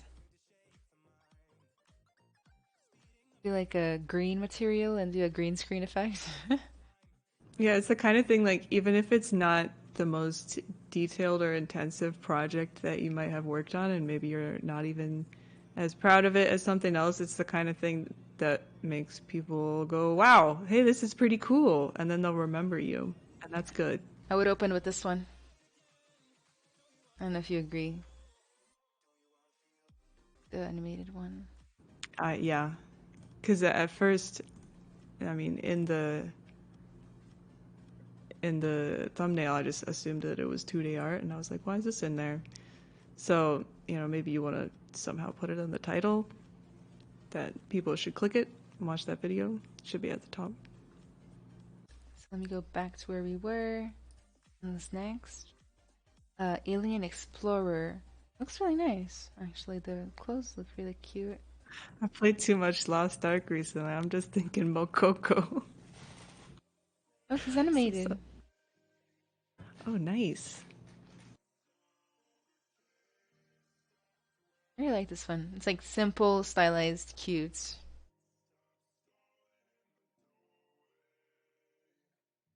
Something wrong with this render though. It's got like stripes on it.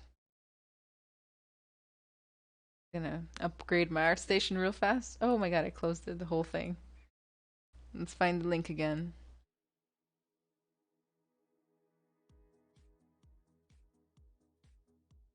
Sometimes renderers do that a little bit. Love the little tail. Oh no, it's a successful piece.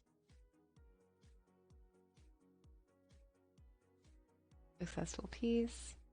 This one's got a few bake issues for me. Like the fingers, for example, they look really faceted, like uneven, like asymmetrical for each finger. The facets are all asymmetrical. And there's just so much.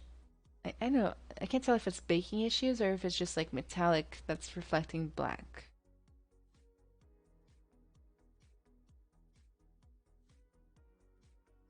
Oh, and this is something I personally avoid, but I can't say it's a rule. Whenever you're baking or putting like characters in engine, there sometimes can be this effect where the inside of the nostrils get a little too much light. I personally like to squash that out. Sometimes I just paint in black inside the nostril and take off and make it really rough instead of glossy. That's just me. The pupils are like really low res. Yeah, it's definitely baking issues on the fingers, baking issues on the hair, weird seams. Not your best piece. You got really good ones. I would perhaps take this one off. I don't know if you agree, Spacey. Yeah, I agree. It's weaker.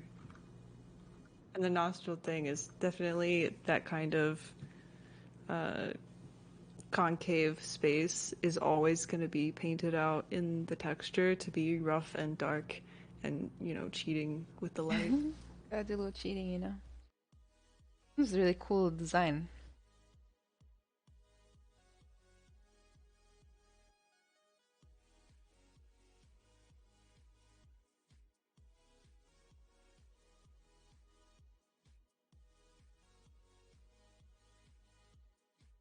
This is Marmoset, it looks like, right? Gotta watch out for those pixelated, like, low resolution shadows. They take away a lot from our characters. They used to drive me crazy. Yeah, and this one has a concept reference. And we'll go back to if you're going to use the concept, we want to see it exactly like this. And that includes painting the materials on. Really cool concept. Wow. Yeah, it's Pretty freaking cool. It's like thinking outside the box a little bit, you know? But yeah. It is weaker next to the concept, if I'm going to be completely honest with you. Let me move the concept to the left. Right. A little bit weaker. You know, the concept is gritty and high detail, you know? Yeah, even if you're making sort of a stylized version of the concept, you know, he's a very slender figure. His overall vibe is long and pointy, and that's the kind of thing you're missing there. So, yeah, if you're looking to clean up old things, you might have to go. Which is sad, because he's so cool. And yeah, super simple one. It's rigged.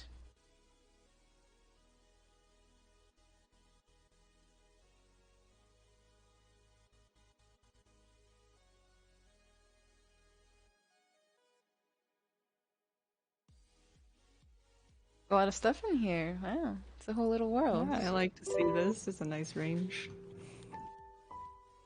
Too much repetition on the water. Oh yeah. In patchwork. Oh my god, it's so cute.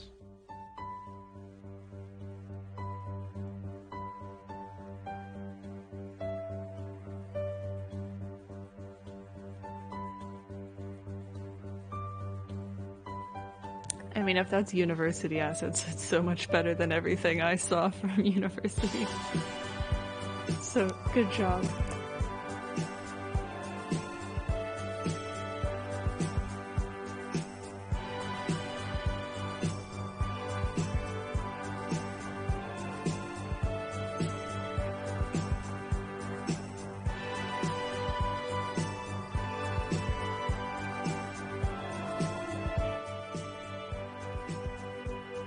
Yeah, even as a group project, our group projects were absolute garbage. You went to Darren Suit too, right? Yeah. I did too. Just garbage. I never even bothered to take screenshots from my group projects. Like, I didn't even bother.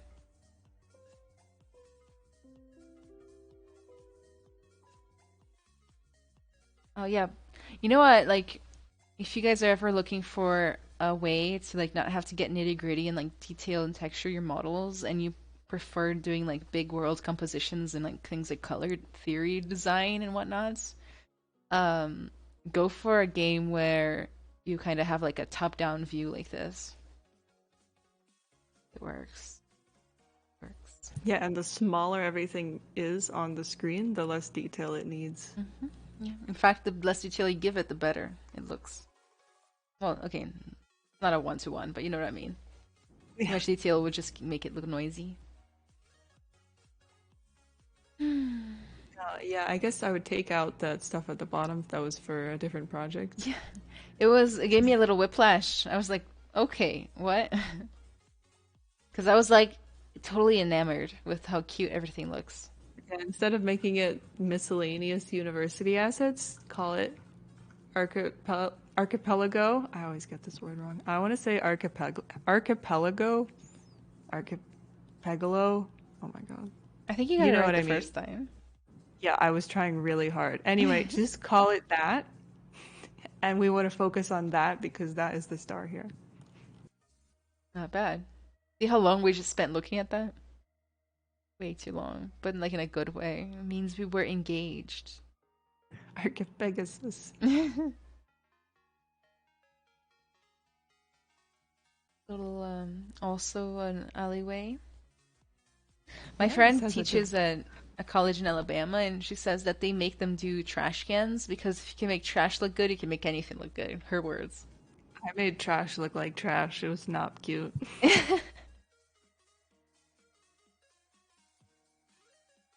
But, this is compared to our other trash scene, uh, a lot better. I like the pixel density on the ground and the walls. You can actually see that there's some small details still available there. And the lighting is nice. Gives a good vibe.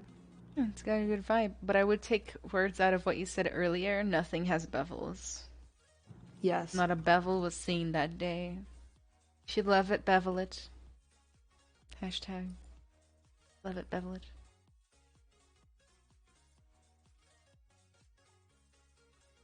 Yeah, nothing. Not even the sidewalk. Right along here. That's how you get those beautiful light reflections. One of my drawing teachers in college said that in the real world, there's no such a thing as a hard edge. Like, Yes. you look at it closer and closer and closer, eventually you'll get to a nice little bloop bevel. Okay, just needs a little cleanup, in my opinion. Right? A little cleanup and you'll be good. Really nice work, in general. Like, as far as stylized is concerned, I think you're really on the right track. I'll definitely split up that post then. Wonderful. Alright, so I would love to stay and continue to critique, but it's 9:30 where I am and I have to teach tomorrow. So unfortunately, I can't, and we have so many people left. Why don't you as have the usual. day off? Why don't I have the day off? The people have the day off tomorrow. I have the day off tomorrow. Really? What is it for? All right, who is still here that didn't get to go? If you're still here, post your name in Discord. Yeah, it's And a good one. tomorrow, since I don't have a job tomorrow, I will write something in Discord about your portfolio. I'll do the same. Because why not? We'll both do it together. Air Force story about a game you made. Oh my gosh. My eyes are burning, but I can briefly tell the story, I guess, since I did specifically say that earlier. But what was the context? Clients changing their mind, right? So it all started. I was being the lead technical artist slash project manager on this one particular project where we were making a training simulation for a certain very small plane, right? So I built the hangar for the plane. They supplied the airplane mesh itself and all of the training. So I helped translate it into tasks and steps so that we could figure out, like, we could just put it together, like game design wise. And then we only had about 6 months, 5 months or so to finish this whole project, right? It was a VR experience. I've been a VR developer for my whole career. And about 3 months left, 2 or 3 months left in the deadline. I'm like working my best. At this point, my something awful had happened, and like I had lost all the people that worked with me, so I was alone on the project.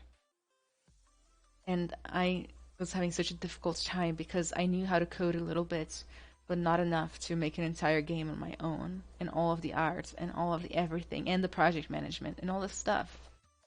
So the client gets back to us and they go, by the way, we changed our minds. We no longer want you to do this little plane.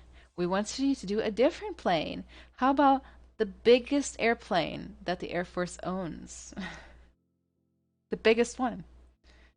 So they give me the model for the new plane. I put it in the hangar, and the nose of the plane, the tail, the wings, everything just sticks right out of the hangar. Just right out. It was so big that it went through all the walls, even the roof. And of course, seems like the kind of thing that the army would build in real life. um, so my boss, of course, accepts their request to change the entire experience, a brand new one. Before, it was a step-by-step process of maybe like 20 steps. Now it was like 80 steps. 80 steps to do the training, Spacey. And Yeah. and at this point, I was the only person on the team. So I had to rebuild the hangar, put the plane back in, like optimize it because it was like billions of polygons, and I had to like write scripts to optimize it automatically because I couldn't handle it on my own.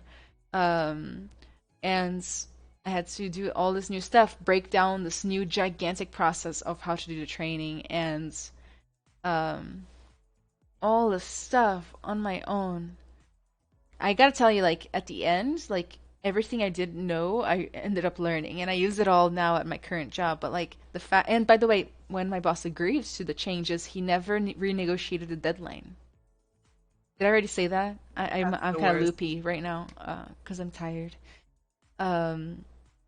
He never renegotiated the deadline. Who does that? So anyway, yeah, my life went downhill from there. But I learned a lot. And this is how I turned out this way. All right, everybody. So last announcements. So first off, we're very sorry we didn't get to everybody. We will find a way to make it up to you. Spacey already volunteered to give you guys some notes tomorrow. I'll try to do the same. Okay. If you enjoyed the stream, you want to see more of me, follow the stream. All right, so that we can see you back next week. I stream every Sunday on this channel at 5 p.m. Central, every time we do Zbrush and 3D arts. Also, I stream every Saturday at 10 a.m. Central on the Pixelogic channel, which is about to be renamed. These are the people who make Zbrush, and those streams are very educational. Join my Discord if you would like to hang out with hundreds of really nice, like, 3D artists. Show off your work to them, see their work, swap tips and tricks, tutorials, resources, give feedback, get feedback, network. I have some sponsors wanting to do giveaways for my future streams and challenges, so you will be able to participate in giveaways, and they're going to be good, through the Discord, so make sure to join. Lastly, if you would like to participate in my weekly 3D sculpting class online on Discord, feel free to check out my Gumroad link, which I just put there. I do a 3D sculpting workshop every Wednesday. We do a different topic per month, and we start a new sculpt at the beginning of the month and move through the steps. I do demos, tips and tricks, and things like that live on Discord. You'll get critiques every week, and at the end of the month, we finish the project, render it, and it's basically portfolio ready. On top of that, if you would like one-on-one help with me for me to look at your portfolio in detail, for me to help figure out your strengths, weaknesses, what your next move is, you're going to tell me what your goals are. We're going to get really clear on your goals and figure out how to power up your career to the next level, be it to get your first job in the industry, to get a promotion, become a better freelancer, learn how to sell yourself on social media, and all this other stuff. If you want, just in general, my support, or to be held accountable by me so that I give you deadlines and you can feel like you're being really productive with your time, also check out my Gumroad for my one-on-one mentorships. Spacey, your turn. Hey, I am Spacey3D on all social media, but you'll have to figure out how often I post there or stream. I will also link my ArtStation. And yeah, thank you for having me. It's been a lot nicer to talk instead of type today so that I can say more things that I want to say. And on the Discord, please, even if you're just a beginner, even if you don't think that you know very much, just interact with your fellow people who are posting art, because even if all you have to say is, that's so cool, I'd love to make something like that, people love to hear it. I love to hear it. Doesn't matter how long it's been or how confident I feel like I am. And, the more that you interact with other people's art, the more they'll interact when you post yours. So try to be the change you wish to see in the world, and let's get a conversation going. Yeah. Thank you so much, Spacey, for joining us. This was way a million times more fun with you here. Thank you so much. Little round of applause. I wish everybody could do a little round of applause. A round of applause for everybody who posted too. Yeah, absolutely. Because it can be hard to accept critique. And yeah, good job, everybody. I am not Spacey is not Brazilian. Brazilian. I'm just like absolute 100% regular flavor white American. I don't know if that's a regular flavor. To me, that's very No. exotic. Um, guys, remind me next week to tell you some spacey stories from GDC. Oh boy. I just winked at it. um, Speaking of which, I'm going to GDC this year. But I don't know if anybody else is going, because it's a weird year to go. But guys, thank you so much for being here. Go follow Spacey's Twitch channel to watch her stream. Make sure to follow my Twitch channel. I got a bunch of follows that I didn't thank, but thank you so much for everybody who followed today. I'm going to be setting a new stream goal, a new follow goal, sorry. And when we hit that, we will do another portfolio review stream. That's how these work. Every time I hit a new follow goal, we do one of these. So thank you, Spacey, again. Bye, everybody.